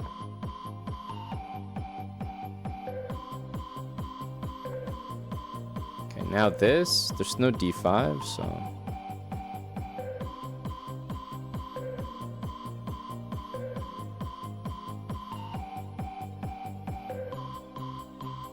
Can also do other moves like that. I just don't think they really matter.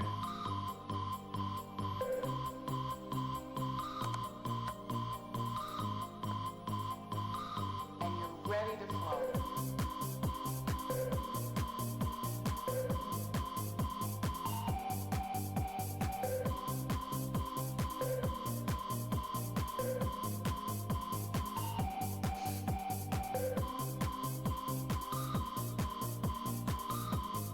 Okay, we need to recycle some pieces. Probably gonna see B something.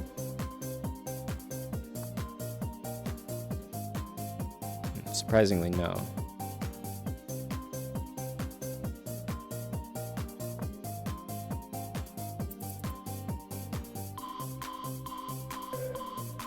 I think we give that one up.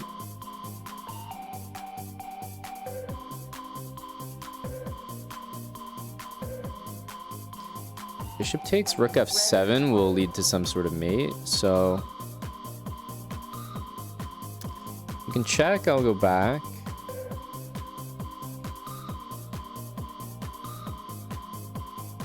And then there's knight f6 stuff.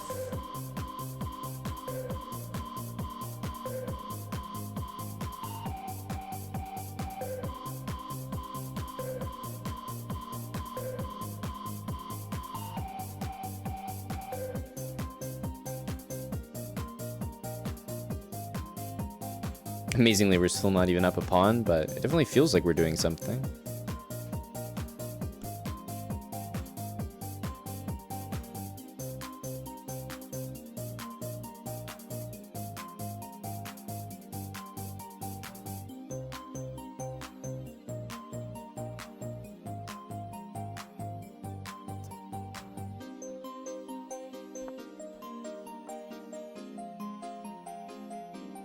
Ready to flow.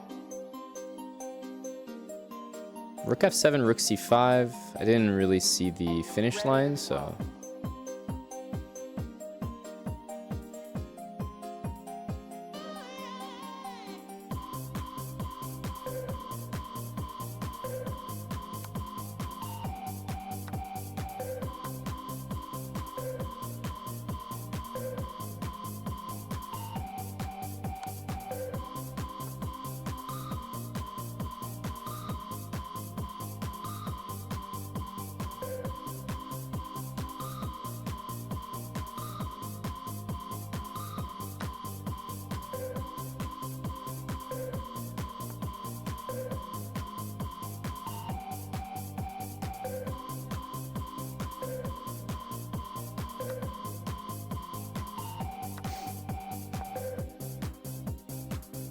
He can't go here, so he should be in trouble.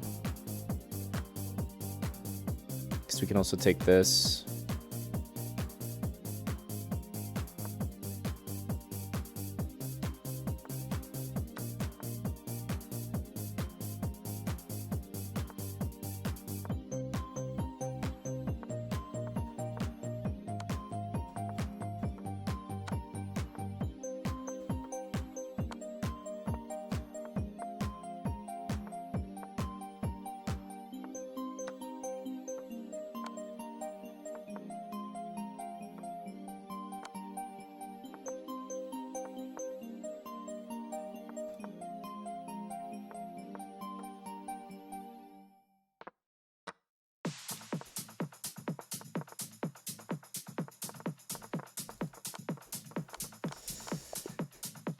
Oh, GG again. I'm really happy with that game. I think that was that's what you call a model game.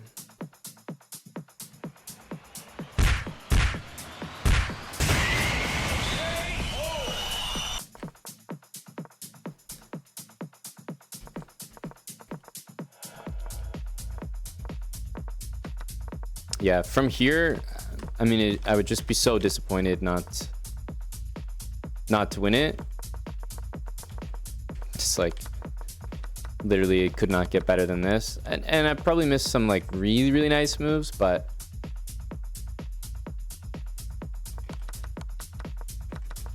thought this was good enough. Definitely never in doubt, that's for sure. GG's Ilya.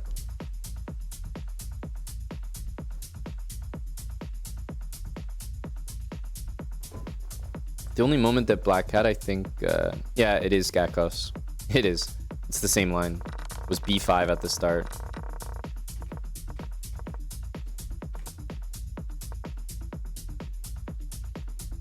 Not like a big deal, but I think it was possible.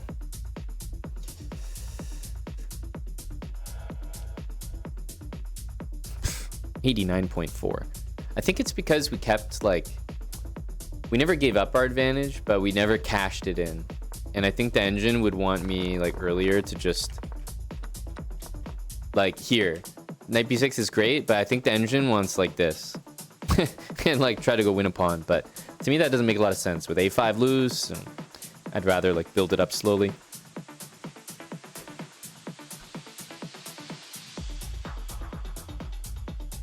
So let's see this game. Thanks again, Josh, for the 5 subs. Tommy, Fook, and Shelby gifting a sub to Alibaba Chess. That is a Tommy. That's who Tommy would gift the sub to.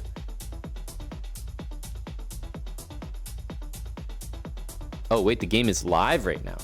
Oh, even better.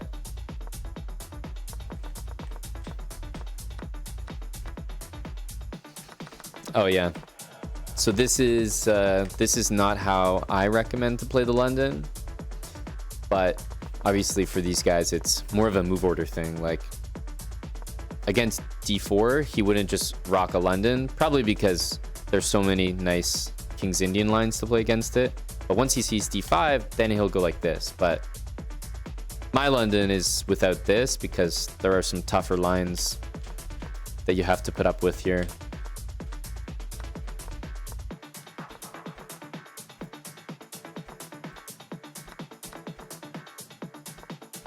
Damn, 2 bishops against 2 knights. This is a freaky position.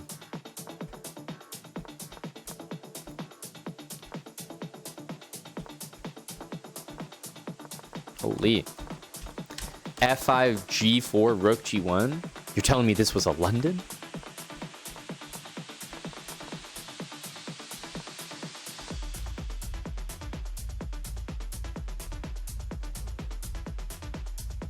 Damn. Yeah, as I said, this is not my London course, so I wouldn't play knight f3. Of course, we start the London with d4, bishop f4 every time, but cool to see it. Ali Reza bringing out the London. Respect, respect.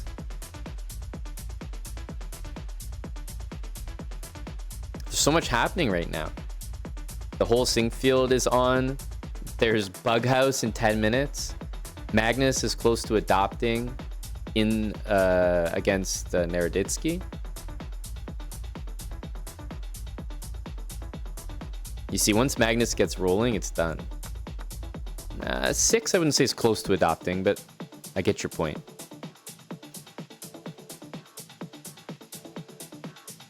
And then Hikaru is in an Armageddon for 5K. Yeah, that's a nasty game. 99.8. Like, literally perfect. Is this all theory?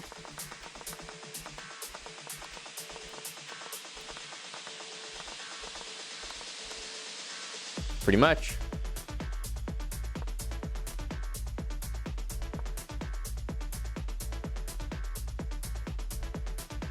So wait, you mean Hikaru must be in that Abu Dhabi tournament or what?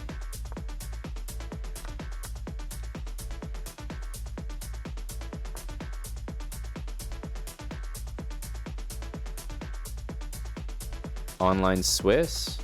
Online knockout? Oh, here it is. I guess you can only watch this from this tab.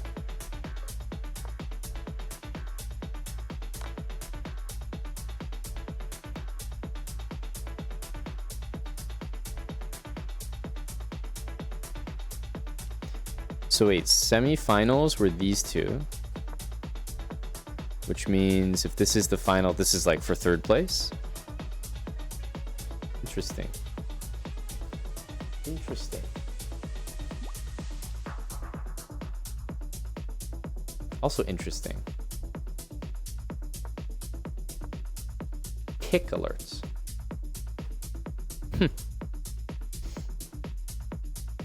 Never seen that alert before.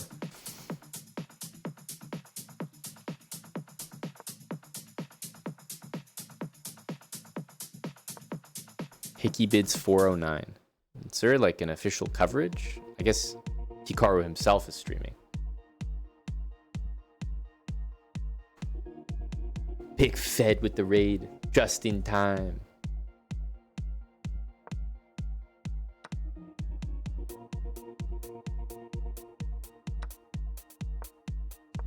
So many things to keep track of. This is objectively the most interesting. What the hell is this opening? C4, C5. Wait, Andraken only got 5 minutes? That feels like a win for Hickey. What?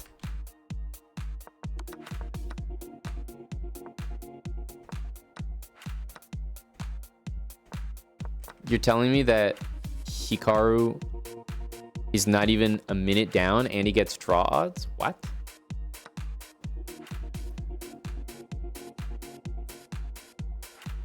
It's great for him.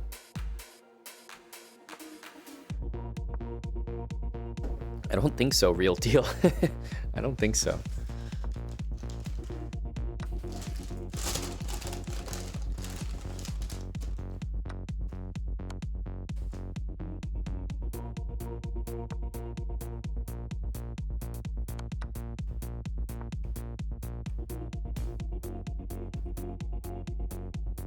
I mean, Hikaru's is crushing here.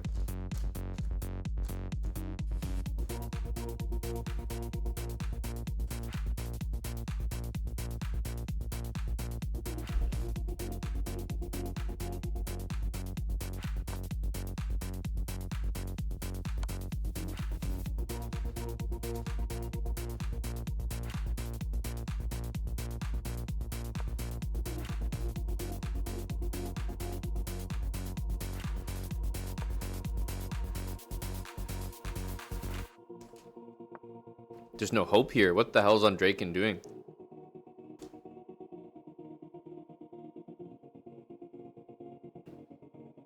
He played this against Prague?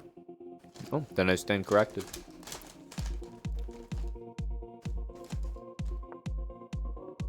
I didn't see all the games because I was actually like sometimes busy on site hosting, so I didn't actually get to catch all the games.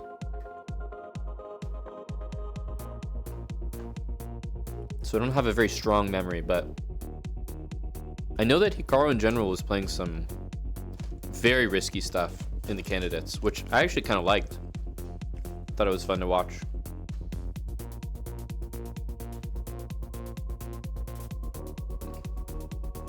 Just snacks there.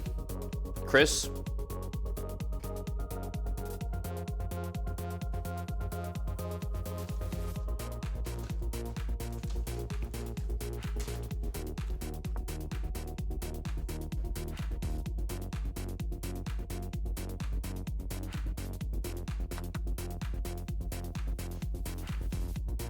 I respect G takes F3.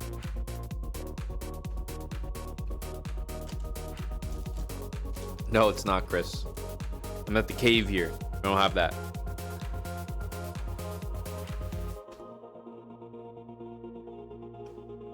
It's a good recommendation, Chris. I'm already on it, buddy. I'm on the Factor. I'm on the HelloFresh.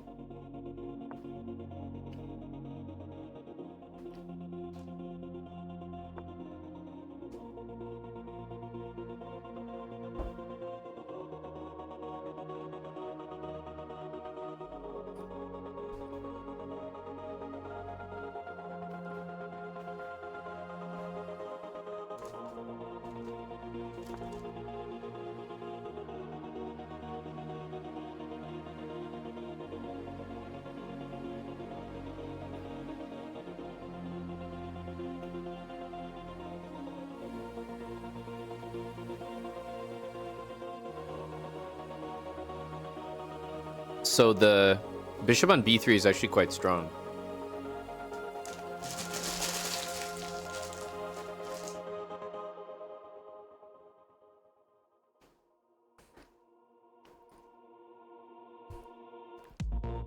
But I really don't think there's any way to look at this other than Hikaru has been completely fine. He still is completely fine, and he probably will be completely fine.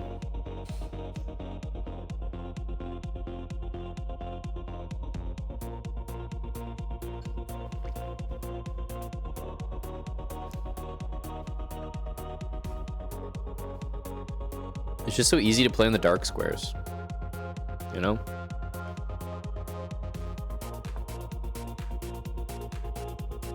H4, queen takes H4. There's also queen E2 check.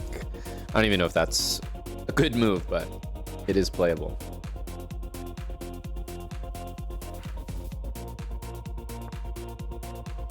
Queen B4.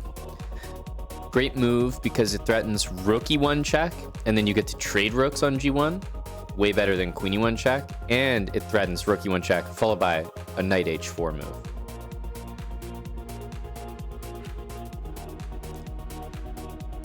That move alone, queen B4, might be the end of the game.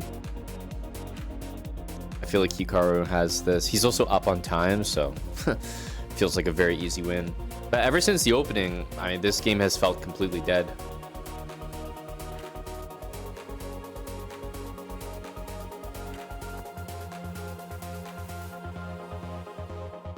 Rook E1, knight H4, and then queen takes G4, right?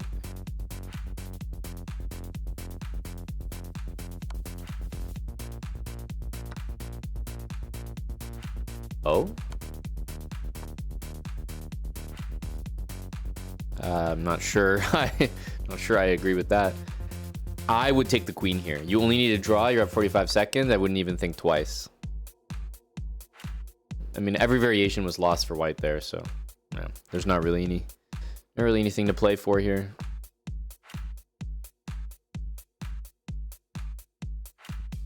Like, you're telling me you're gonna win this position?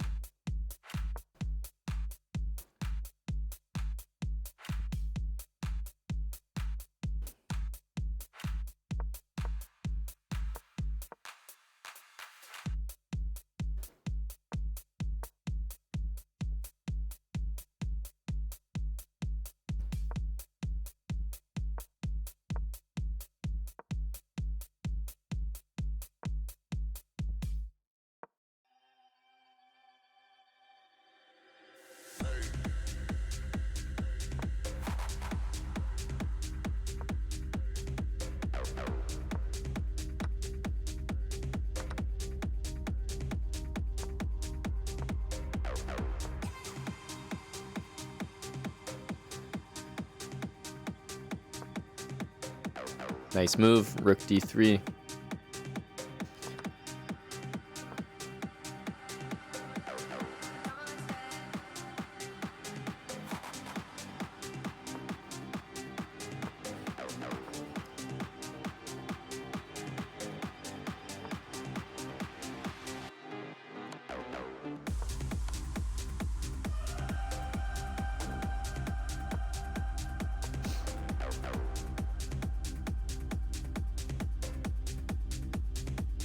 I think this might be resignation. Yeah. That was pretty one-sided. Queen Trap, thanks for the 31 with Prime. Go 5K.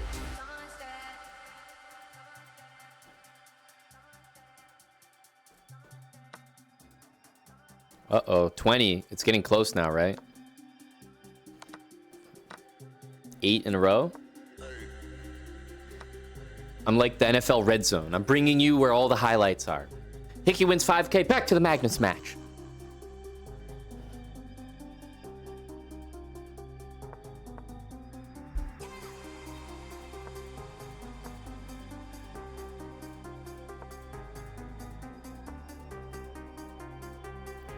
Real ones remember when it was 4-1 Naroditsky. Pepperidge Farms remembers.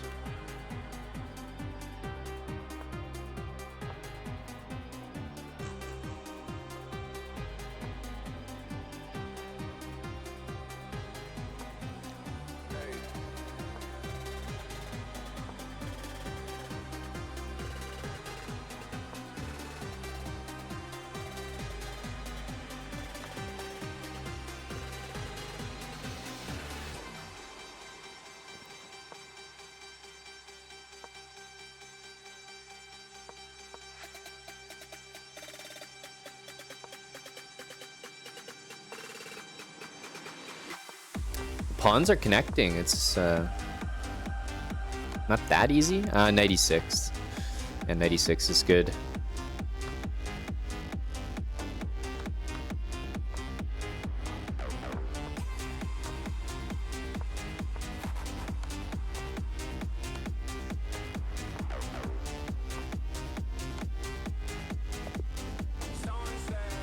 Damn. Adoption point. Maybe. Maybe. Magnus spares him. Danya asks for another game, and Magnus says, it's okay. It's okay.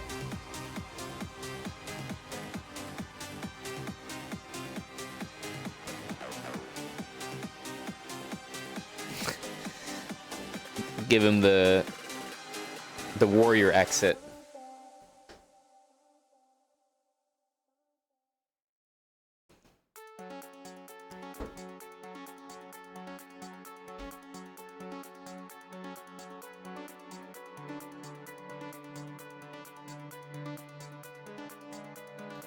No, Josh, he hit it.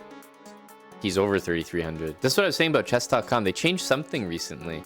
So, like, for some reason, when I'm spectating, it doesn't update the ratings. It's kind of weird.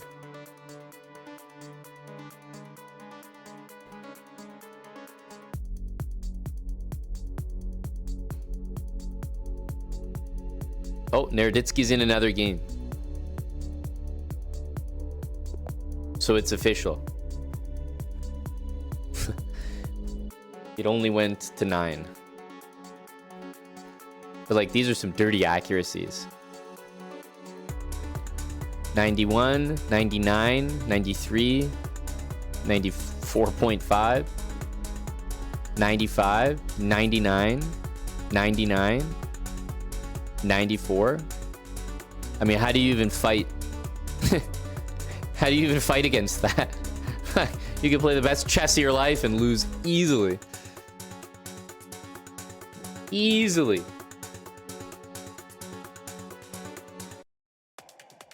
Yeah, just crushed.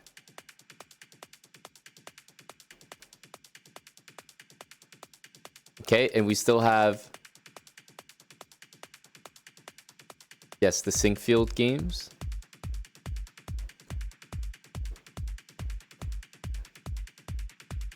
Prague and Gukesh. Oh yeah, what happened, by the way, in that first round? Yeah, Gukesh and Ding with a draw. As expected.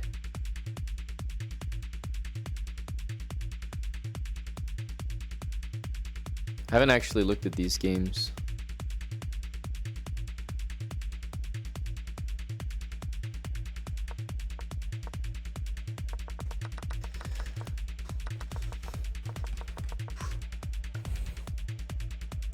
Hello, Moistad.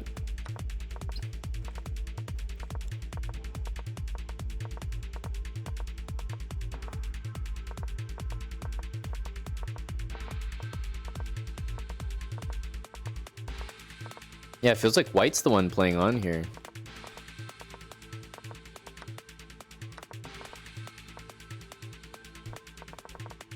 Interesting.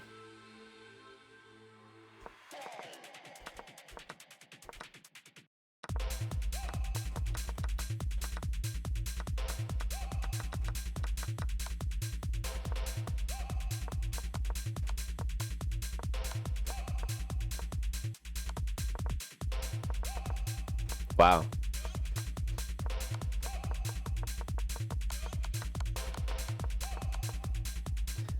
Holy. Okay, there's a crazy win.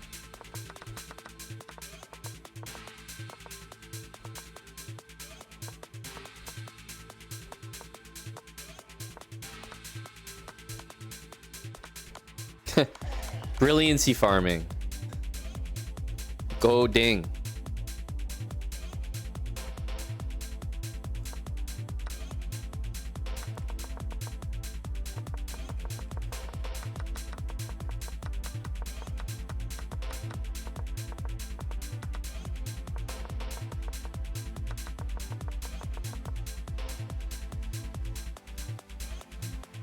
Not sure why Ding went for that line. But I don't think either of them are really trying too hard to win that game, right? They're gonna play each other in the World Championship match.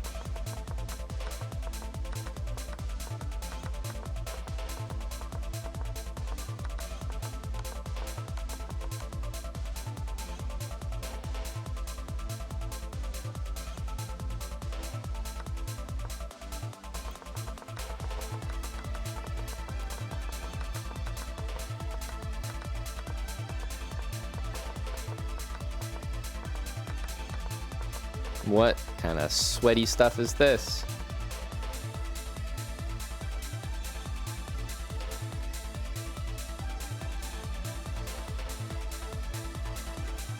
Haven't seen you here as much lately, Moisted. Good to see that football is energizing you.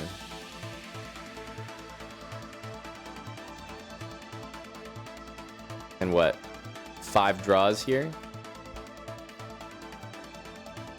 99 versus 99 accuracy. Yeah, this is going to be exciting.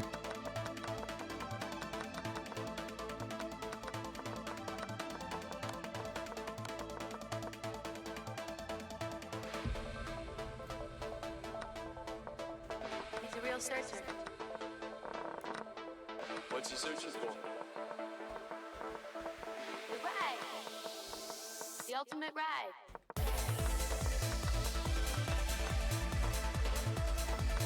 Oh, Moist is active in the politics channel. Oh, noted, noted. Okay, I was unaware.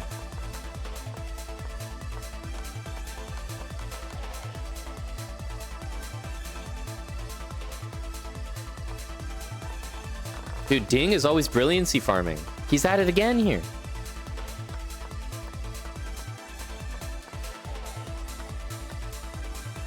Bam!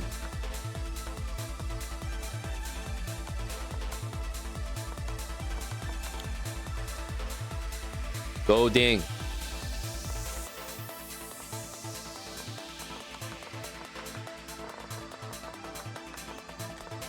Hello, Brazilian monk.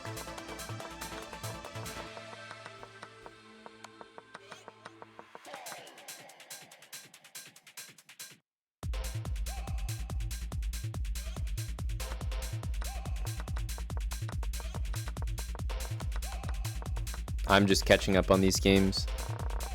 This round doesn't look particularly interesting. All draws. And then the current round. Nepo's position looks insane. We're supposed to believe this is equal. How many pawns does he move? F3, E4, H4, H5, Rook A2, G4, Rook G2, and he's marginally worse with an attack. What? How is no one talking about this game? This game is crazy. It's move 14 and Nepo looks like he's doing something that I do against like Drunk Val or something, like try to switch the positioning of my 2 rooks before I win or something. He moved every single pawn and then he tossed his rook over to the other side. I mean, this is crazy. What kind of game is this?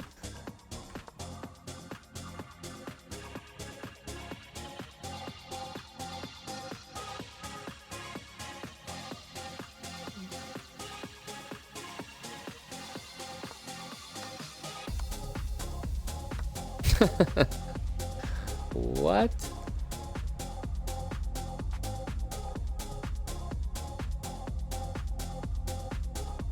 Nepo is bringing us the excitement. So are Faruja and MVL.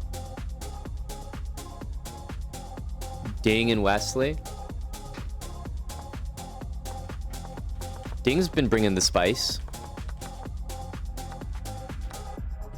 Ooh, knight takes f3. No, but I understand g takes, to be honest.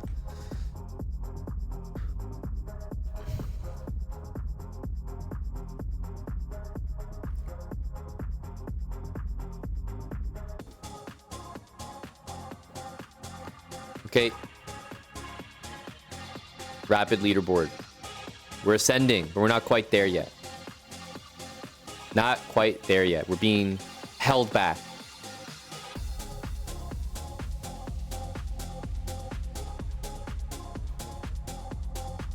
Not even top 100. Just a letdown. But one more will do it. One more will do it.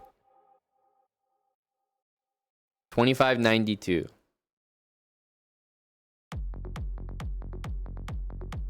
Well, Ding's better after G takes F3 as well, FK gone, so yeah, he's better no matter what.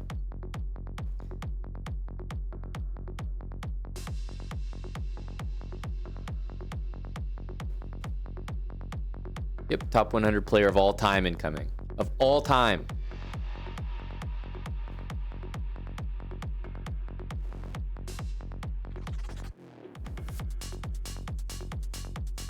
Yeah, look at that goal. When I set the goal, top 50 rapid was 2,500. Not fair. Top 5 was 3,175. Times have changed. I was not prepared for this. Yeah, inflation hit hard, you know, it's tough out there. Okay, we're gonna come back for our rapid attempt to finally join the top 100. I will be back in just a sec. Gonna take a very quick break.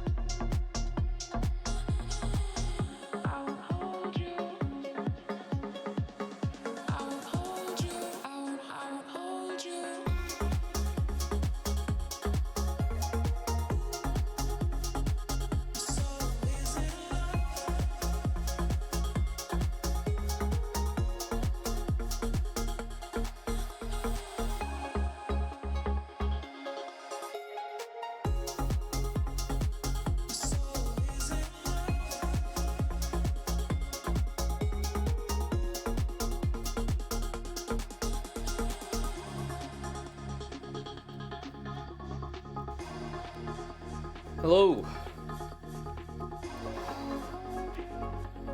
Hey, buddy, eviscerated.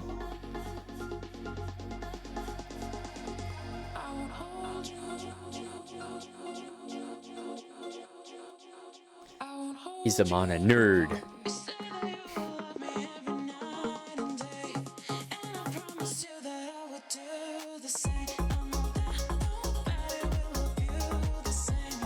Okay. I'm playing rapid right now. Not sure how this one's gonna go. That's correct, Ralph. That's correct.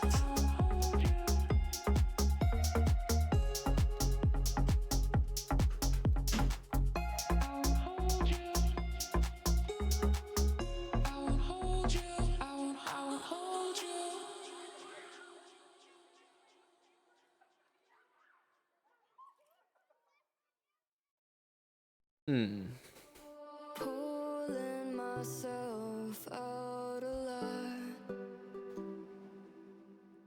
repeating my days and blurring every night, driving your way to the west side. I could love this place if we could have. Yeah, I know. We just looked at it on stream, Felix.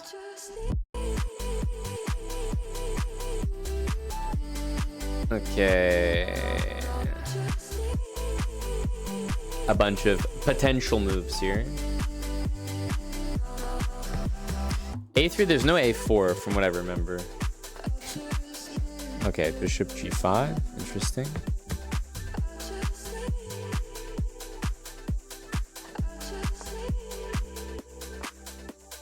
Holding my breath every night, looking for your car at every traffic light, catching your face passing by. I could love this place if we could have more time.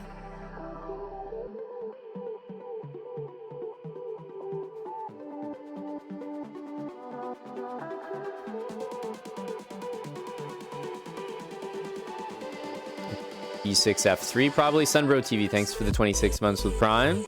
And Brazilian Monk, cheers as well. That's a new sub from Brazilian Monk. 78 months from Eddie.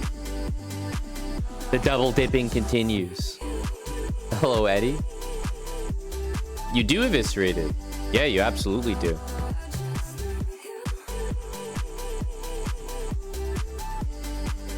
You can cash him in today. I just need you now. I just need.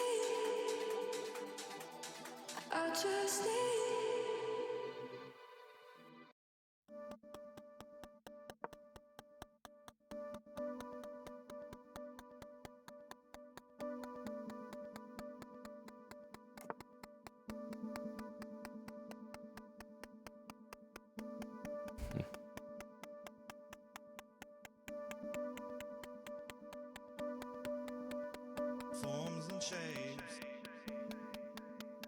Forms and shapes. The round.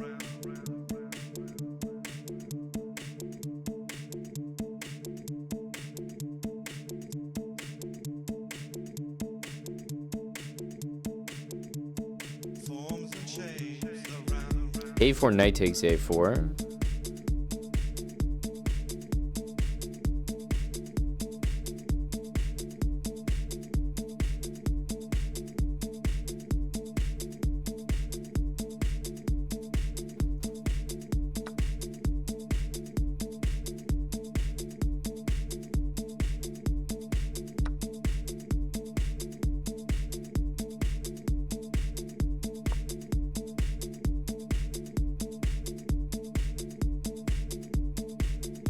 Queen here.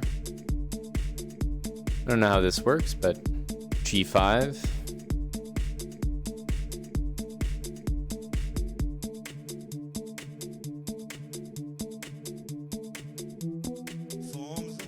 That's also, I would say, pretty likely. Yeah, he does go for this. Interesting.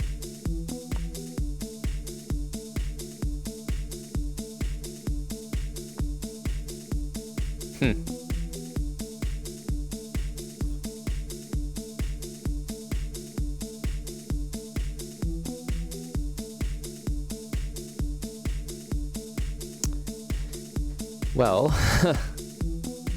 knight d6 wins a pawn, but at what cost? I suppose we should just do it. He gets to play e4, but maybe we can play b5. Everything looks a bit strange in that position. Or d5.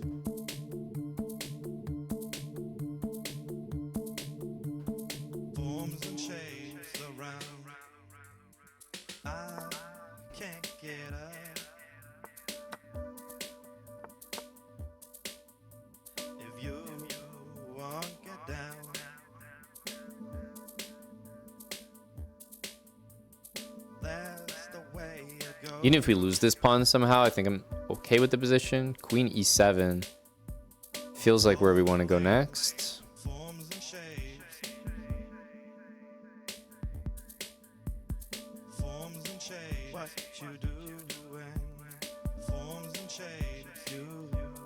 I have a very loose position here. Okay, so queen here we may as well think about.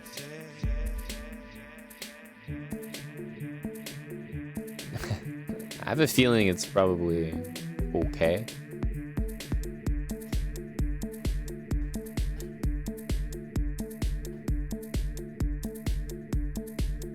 But maybe not good enough.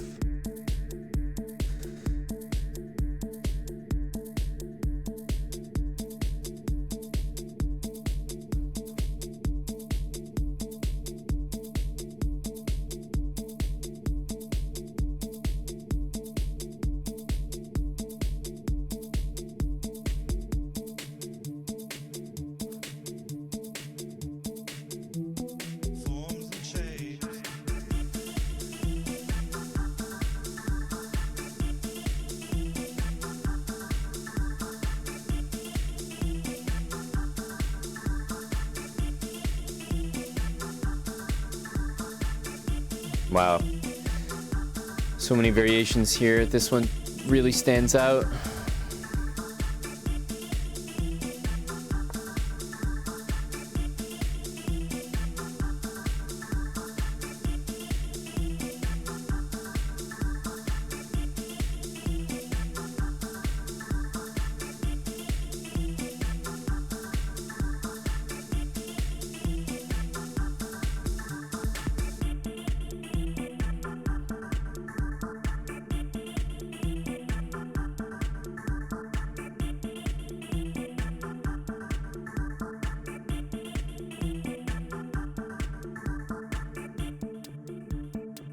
Okay.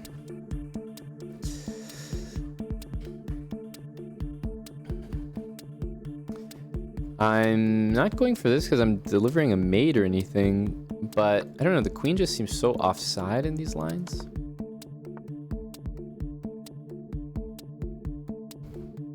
Same size, same sound, same song. Like, even taking looks pretty okay to me. But I was thinking of knight b4.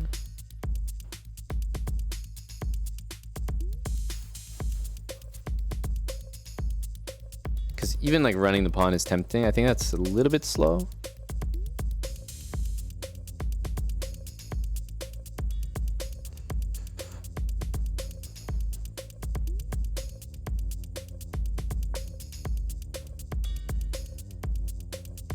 Super weird position. Do you feel alone? Do you feel home? Do you feel strong? Do you feel grown? Is this a clone that picks on the phone? You will be never alone. Do you feel safe? Do you feel brave? Riding the wave. Is this a cave? No, it's a rave. Rave till you're safe. You will be never alone. Do you feel alone? Do you feel home? Do you feel strong? Do you feel grown? Is this a clone that picks on the phone? You will be never alone. Do you feel safe? Do you feel brave? Riding the wave. Is this a cave? No, it's a rave. Rave till you're safe. You will be never alone.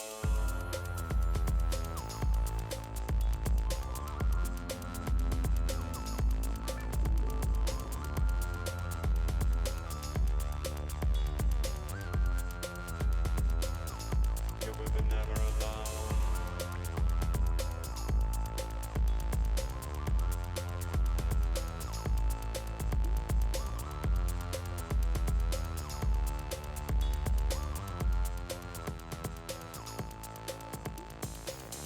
Do you feel alone? Do you feel home? Do you feel strong? Do you Take on c4, bishop a6.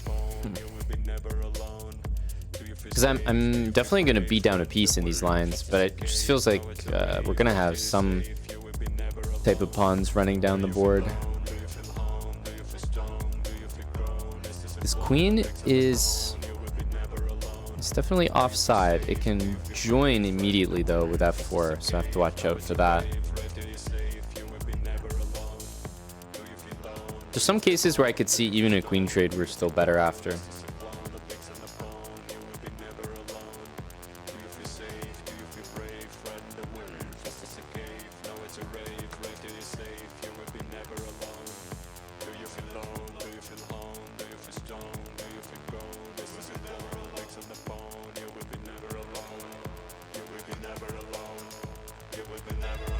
It's the only move that is worth trying.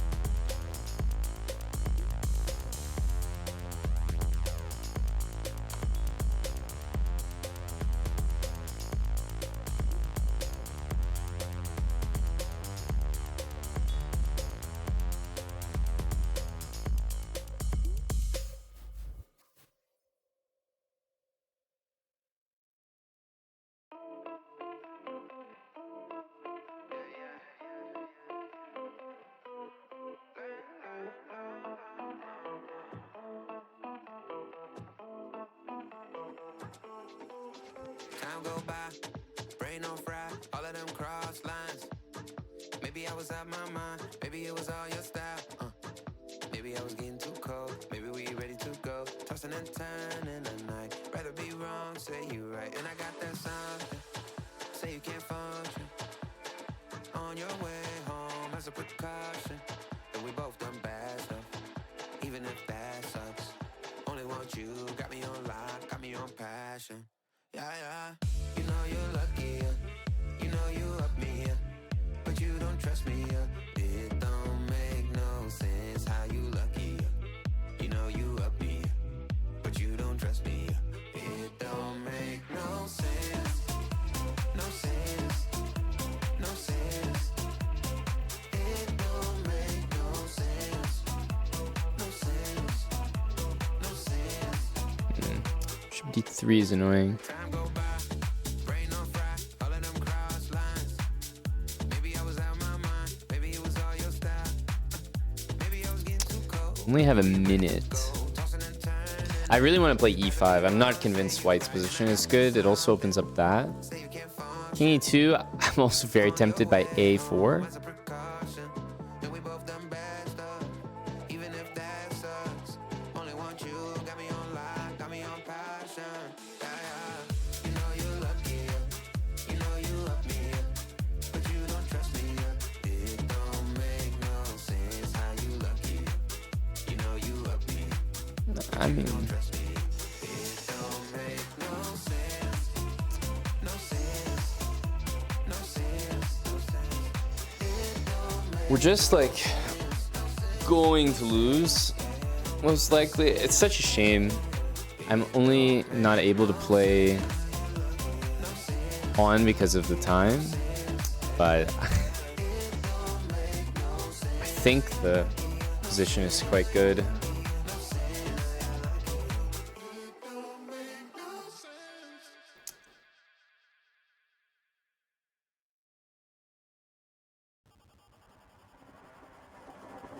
You know you want me. Take me on a ride out on your Harley. Picking up speed, I feel your body. Give me all your love, I know you want me. Lay it all on me. You know you want me. Take me on a ride out on your Harley. Picking up speed, I feel your body. Annoying. I know we're better here, but we're not better as in, yeah, we are better. But not better as in completely winning. Better as in, if we had more time, like, we could win it. So, yeah, you can see what the engine thinks. Queen e7, best move. This is what I expected. And as I was saying, there's probably, like, many moves that are good here. We went for knight b4. It looks pretty good. Queen b3 it likes. I'm not exactly sure why. Queen b2. Okay. Yeah, here, as I said, a4 was my intended move. I could tell that a4 was probably the way, because his pieces are just so bad. There's no way he can stop my a pawn. But as you can see from the evaluation, it's not like white gets mated, so if I was sure about it there, we could have maybe gone for it. I mean, here a4 is also good. Knight a3 is kind of ridiculous, but a4 once again. Okay, make a draw.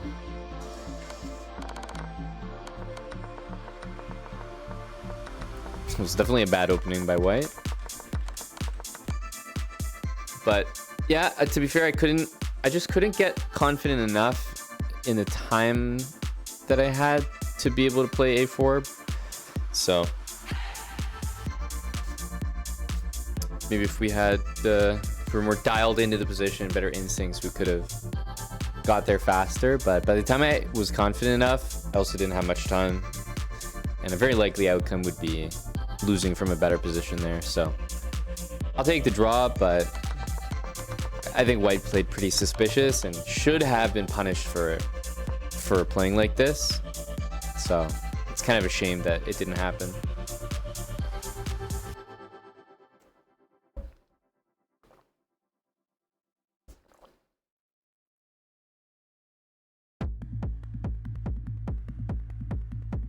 Oh, here you go, Tim.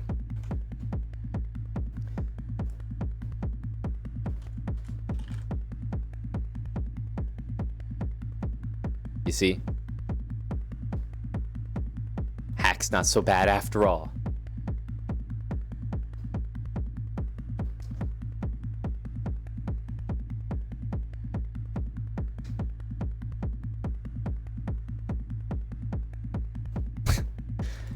To not win against this feels bad. Okay, we had to sack a piece to do it, but I felt like we made the right decision.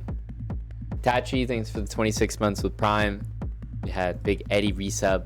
Thanks so much, Eddie. And Daniel95, thanks for the 33 months. I have to try one more game, but recently we got some marbles on the horizon. And there was this big article in there about how to be a man. It's Ilya again, and I got the white pieces again. It said some stuff like Poor Ilya, dude. I've had the white pieces every time. Men shouldn't ever share an umbrella, and that a real man should be able to close one eye, look at the position of the sun, and tell you. It's absolutely brutal.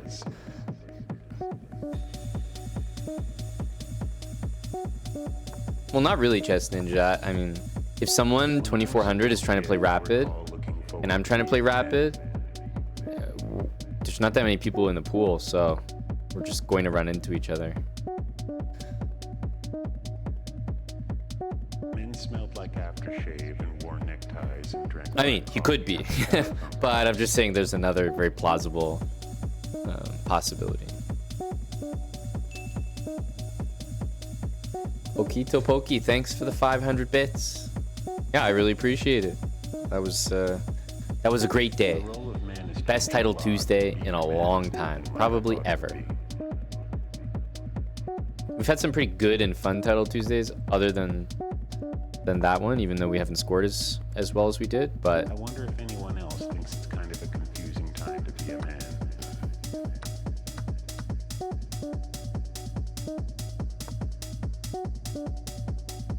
Yeah, that was a good one, Tim. On one hand, that's true. It's kind of cool that the former roles of men and women have become a lot less defined.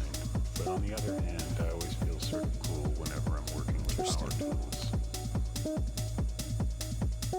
And on one hand, I think it's healthy that it's now far more acceptable for a man to express his sensitive side. But on the other hand, I always get sort of disturbed when I see a band that sounds like they have one testicle at most to share between themselves.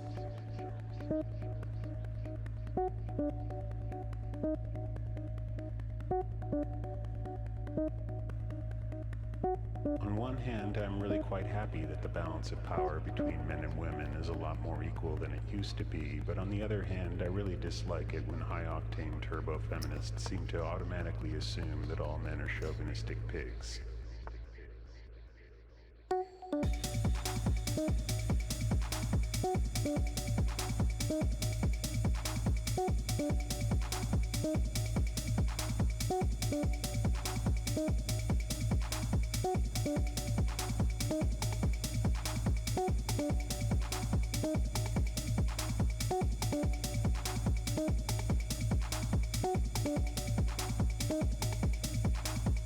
I also think it's interesting that Dockers has these advertisements that say, wear the pants, and that an Old Spice soap on a robe. I think we can do this just because A6 we always have the B6 pawn hanging.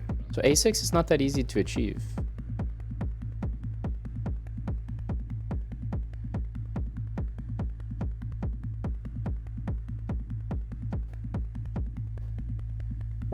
In the movies, the young boy goes on a great adventure, and this is his rites of passage to become a man.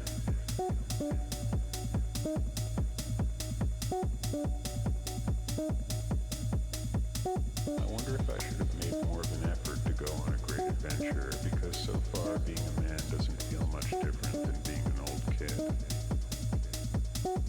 Still A6, at least I'm hoping, isn't playable.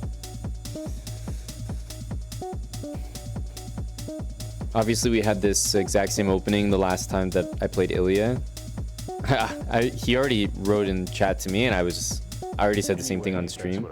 Like, I feel bad. Like, three black pieces in a row against the same guy. Now I don't know if he's played. He must have played other rapid games since then, and same for me, which is why every time we get paired, he must have just played with the white pieces, and I must have just played with the black pieces. But still, just funny that we like avoid each other until he plays someone else with the white pieces, and then back to playing Kane VB when you have black.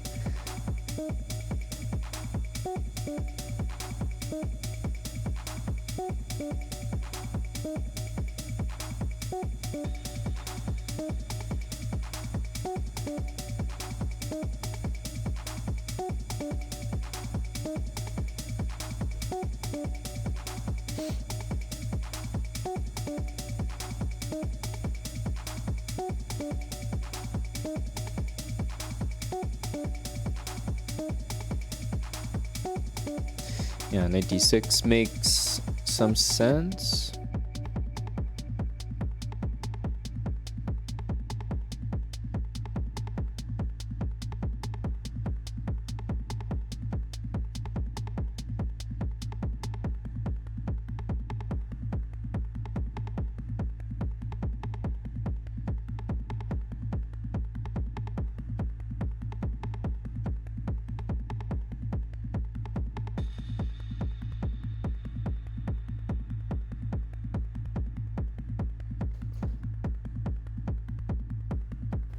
Takes an a5 maybe. Takes rook d1, then just d5.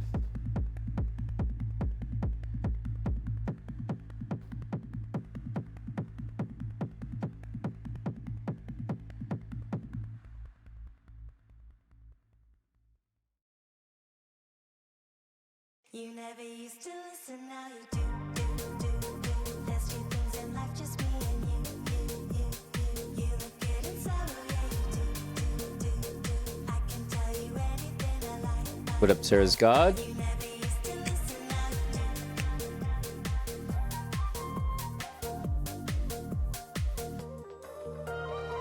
I only see you.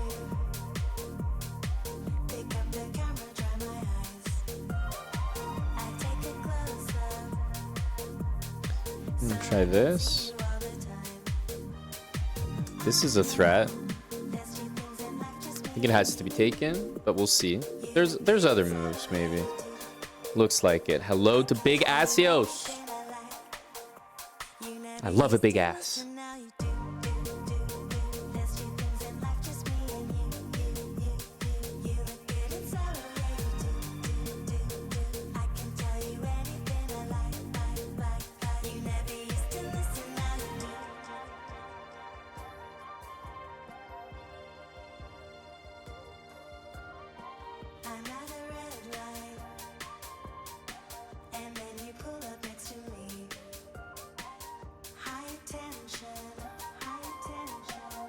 Okay, I'm finding a song specially for Asios. Let's find him here in 1 sec.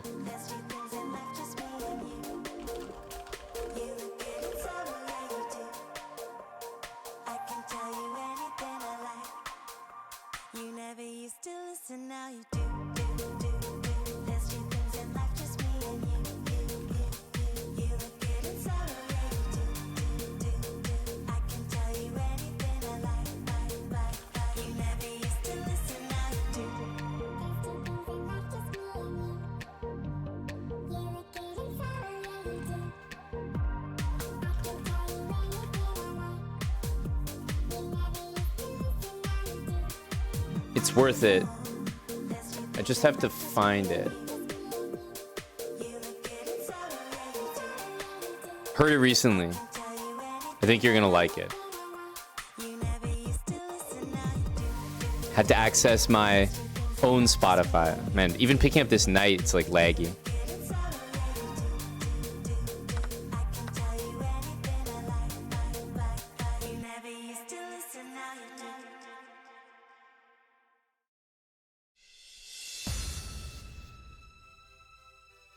Let me know if you know the name of this song.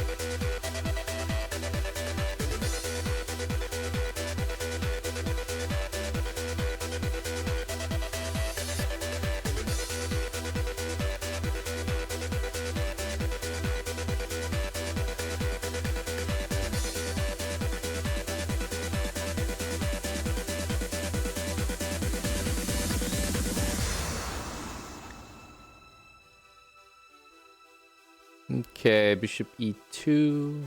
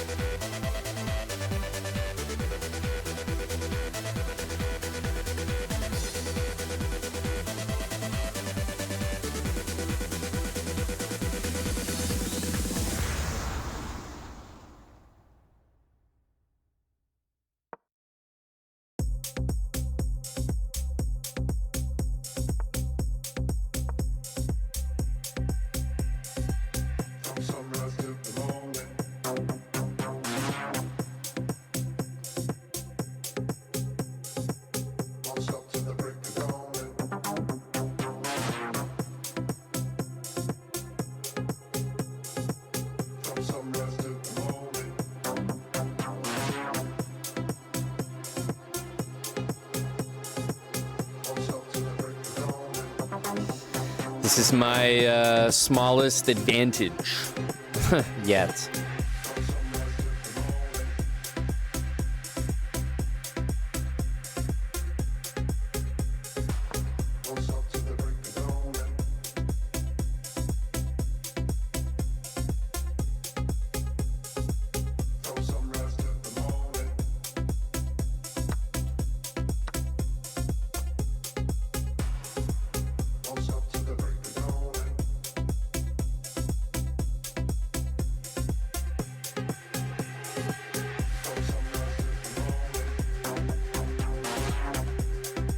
I think there's, I don't know, maybe some hope here, because obviously we want to do this.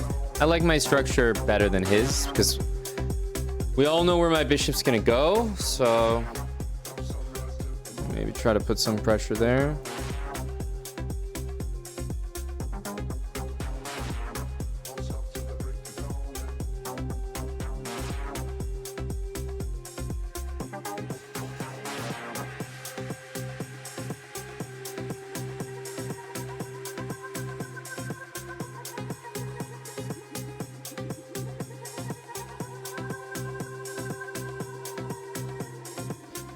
Here might actually lose the pawn.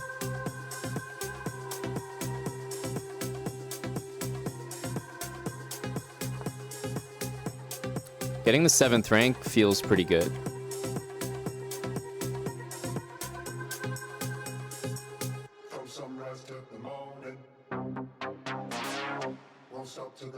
We definitely have like the smallest of chances. But we're definitely, the position is definitely better. Just by how much?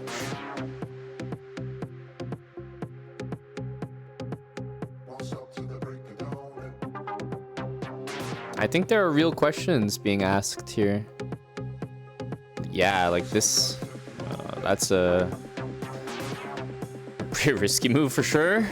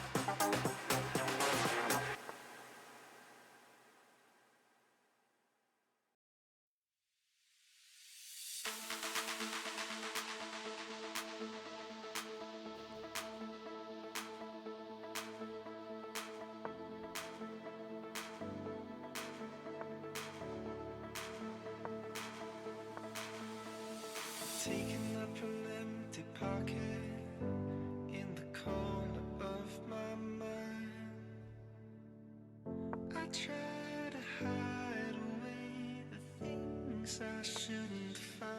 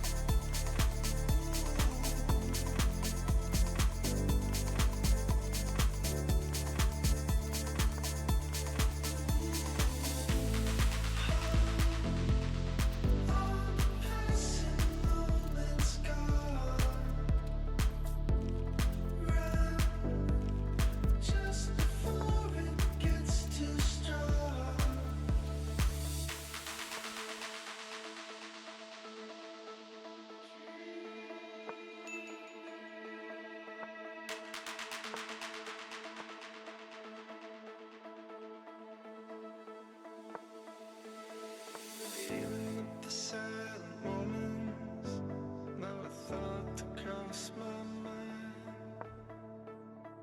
I run and hide away to leave that all behind. In the highest moments, and sometimes in between, I find I'm often caught awake in this machine.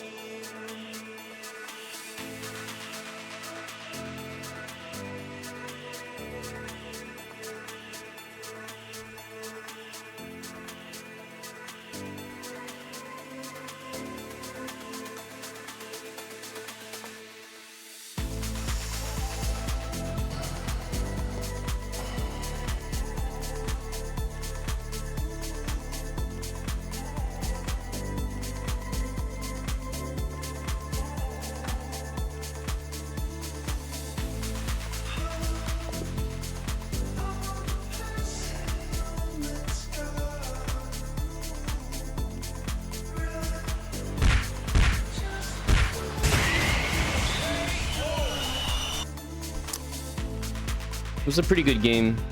I'm pretty happy with it. The only thing that was throwing me off is it took me forever to process, which is why I was sitting here for so long. It took me forever to process that this wasn't force mate, because I can't run out of it this way. And if I take the pawn, I still can't go up the board, and it's defended. So to me, this looked like mate, but I have bishop h3. It took forever for me to realize that. So I was like, do I have anything better than a draw? Because he goes here, and I was like, okay, I guess we just do that. But then I realized it's not mate, so I can just take this.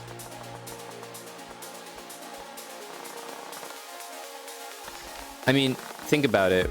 We turned this position into this position. That's a huge achievement. And then to get f5 is the only break we have. I don't know if I could have asked for much more from that position. It's pretty much the best we're gonna get. It's opposite bishops. That's the third game I've cut the white pieces against Ilya. I feel so bad. That's brutal. 3 Londons, but there were 3 pretty good Londons, 3 pretty small advantages that I turned into something bigger, which is pretty much how the London works. Now, you don't always start off with a massive advantage, but I mean, even this position, it's just easier to play with white. I have a very obvious square here, and bishop c6 is actually really tricky.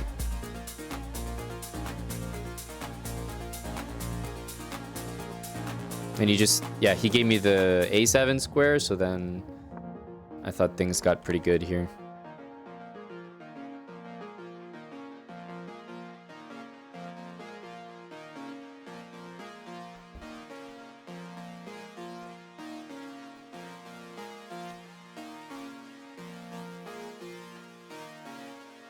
So thank you very much, Brazilian Monk, 145 bits, and a gifted sub. 2, in fact. Casual Dad and Fishing Boo. Thanks, Brazilian Monk. If you didn't play h5, of course it's a great question. Definitely when I'm like shuffling here, I don't have an exact idea what I want to do, but it was occurring to me that stationing the rook on g7 could be good. I'm not really sure how to proceed from there. Rook g7. To be honest, rook g7, bishop f7, and sacking the bishop on g6 with king f5 looks interesting. Definitely looks interesting. But I didn't really know the way to proceed by force. I mean, this looks like a great move, but he can go king g7. And at some point I was thinking of just like running my king all the way around, but I don't know how feasible that is. Yeah, f7 though, he's gonna play rook f8 and king g7, and it's kind of difficult to proceed past that.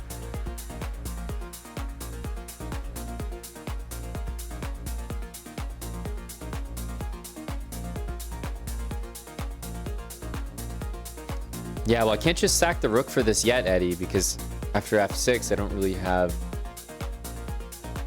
any way to continue. And if I run my king all the way over here, unfortunately, h6 looks really annoying, or h5.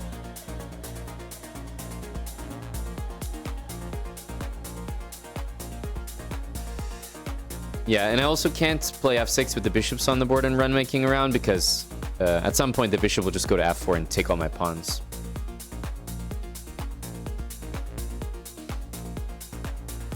Tough. But again, there's no point sitting here being like, what would I do if that? Could I break through there? It's all about putting on the pressure.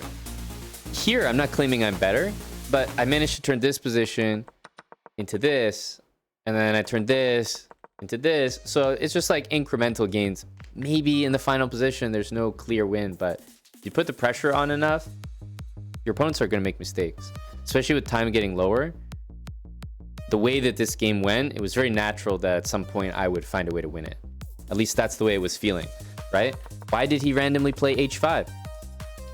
Right? He's shuffling his rook the entire time successfully. But for some reason, bishop e6 was played, and he played h5. So that's just how chess works. For one reason or another, he decided to play h5 here. And I'm of the opinion that if you put enough pressure, people are going to make mistakes.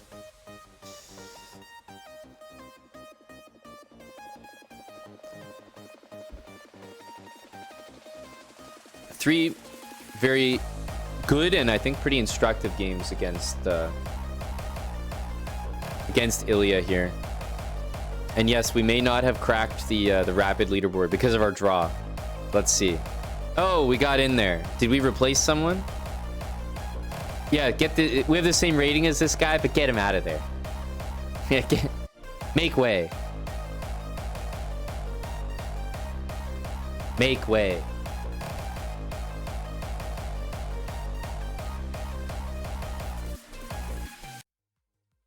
Perfect. That's what we need.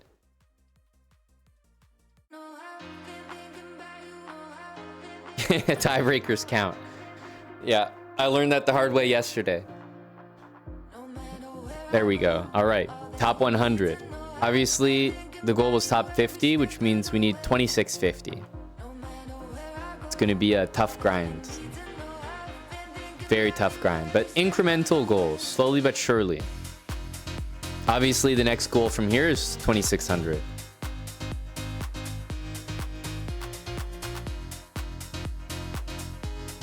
Once we hit 2600, you know, we have new targets like Buddy John, Mr. Bartholomew, like Mr. Pranav.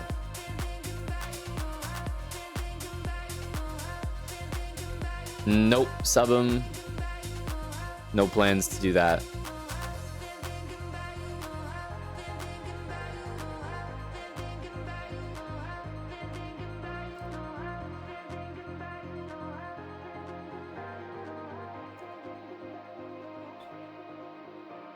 All right, very nice. We got our top 100.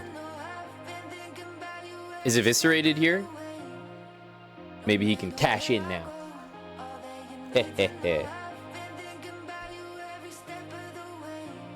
But we had to hit that goal first. Eviscerated is here. All right, we got till the top of the hour, and then we're heading to kick. So perfect time for getting one's marbles on the track.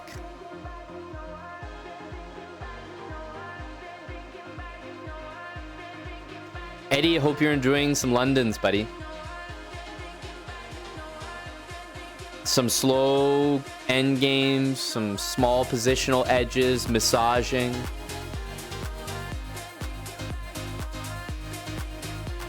That's right, old Milwaukee.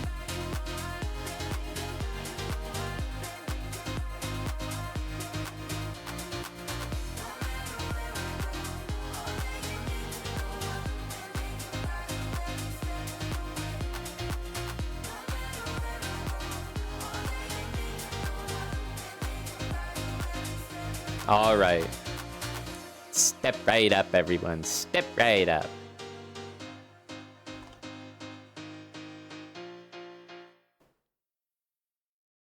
I want this to last forever. Let's live in the moment.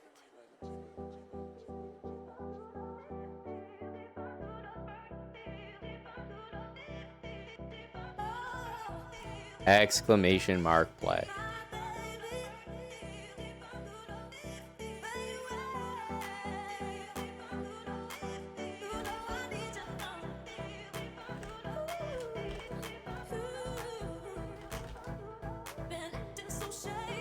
Exclamation mark play to join.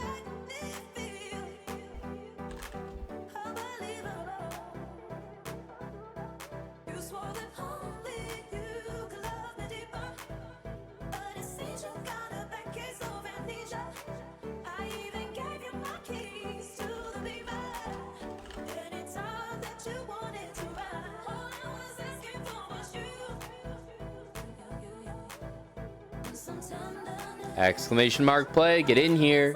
It's marbles time. Eviscerated has some banked.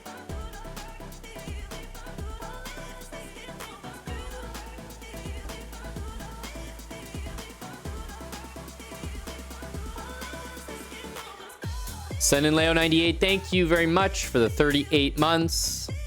And Berenzin Chess, thank you for 108 months. Berenzin, cheers, buddy. You'll be happy to know as I continue to keep you appraised on our sub badge. What's the word? Renovation. Sub badge renovations that Jeff and I conversed, and it's very much underway.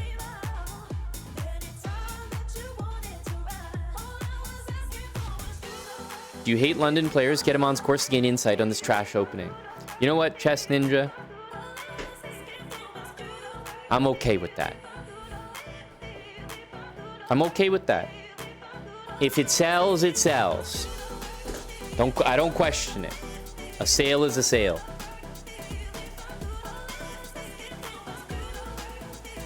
So thank you for 108, Berenzin. But, you know, just leave your sub badge in the shop with us. We'll get shining. It doesn't look quite right. So, you know, leave it in the shop overnight and we'll get it looking brand spanking new.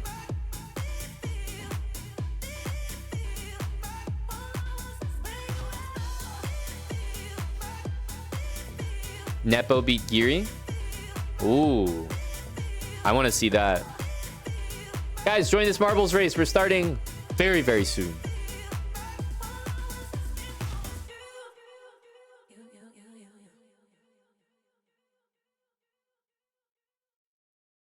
This was a great game by Nepo. Bishop h6.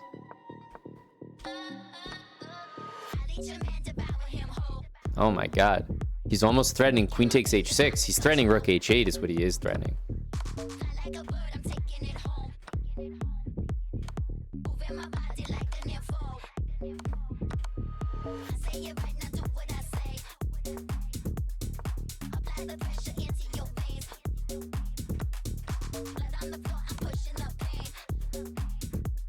Oof. Dude, this is a absolutely sick game from Nepo. Multiple brilliancies, and the guy moved like 20 pawns in the opening. Love that game. Love that game. All right.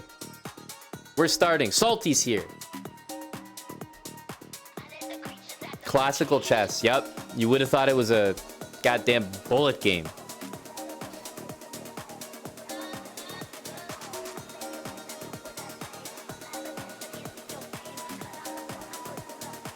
No, you're right, Berenzin. The max we could go to was 8. Now we can go up till 10 plus. So we're not just updating yours, but we're looking into the whole system. So I appreciate you lobbying for its priority. Fishing Boo, Johnny DJ, Nitty, and Eviscerated, taking the road less traveled over there.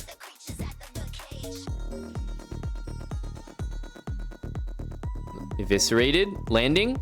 No. Our RL also can't land it. Captain Micmac, TH Toaster at the front. But is anyone gonna overshoot? Doesn't look like it. TH Toaster and Hella should be looking good. Oh, don't tell me the pleb got away. I don't think any but Tim is very notably at the back right now. Timothy Cannon. Tim running a high-risk race here.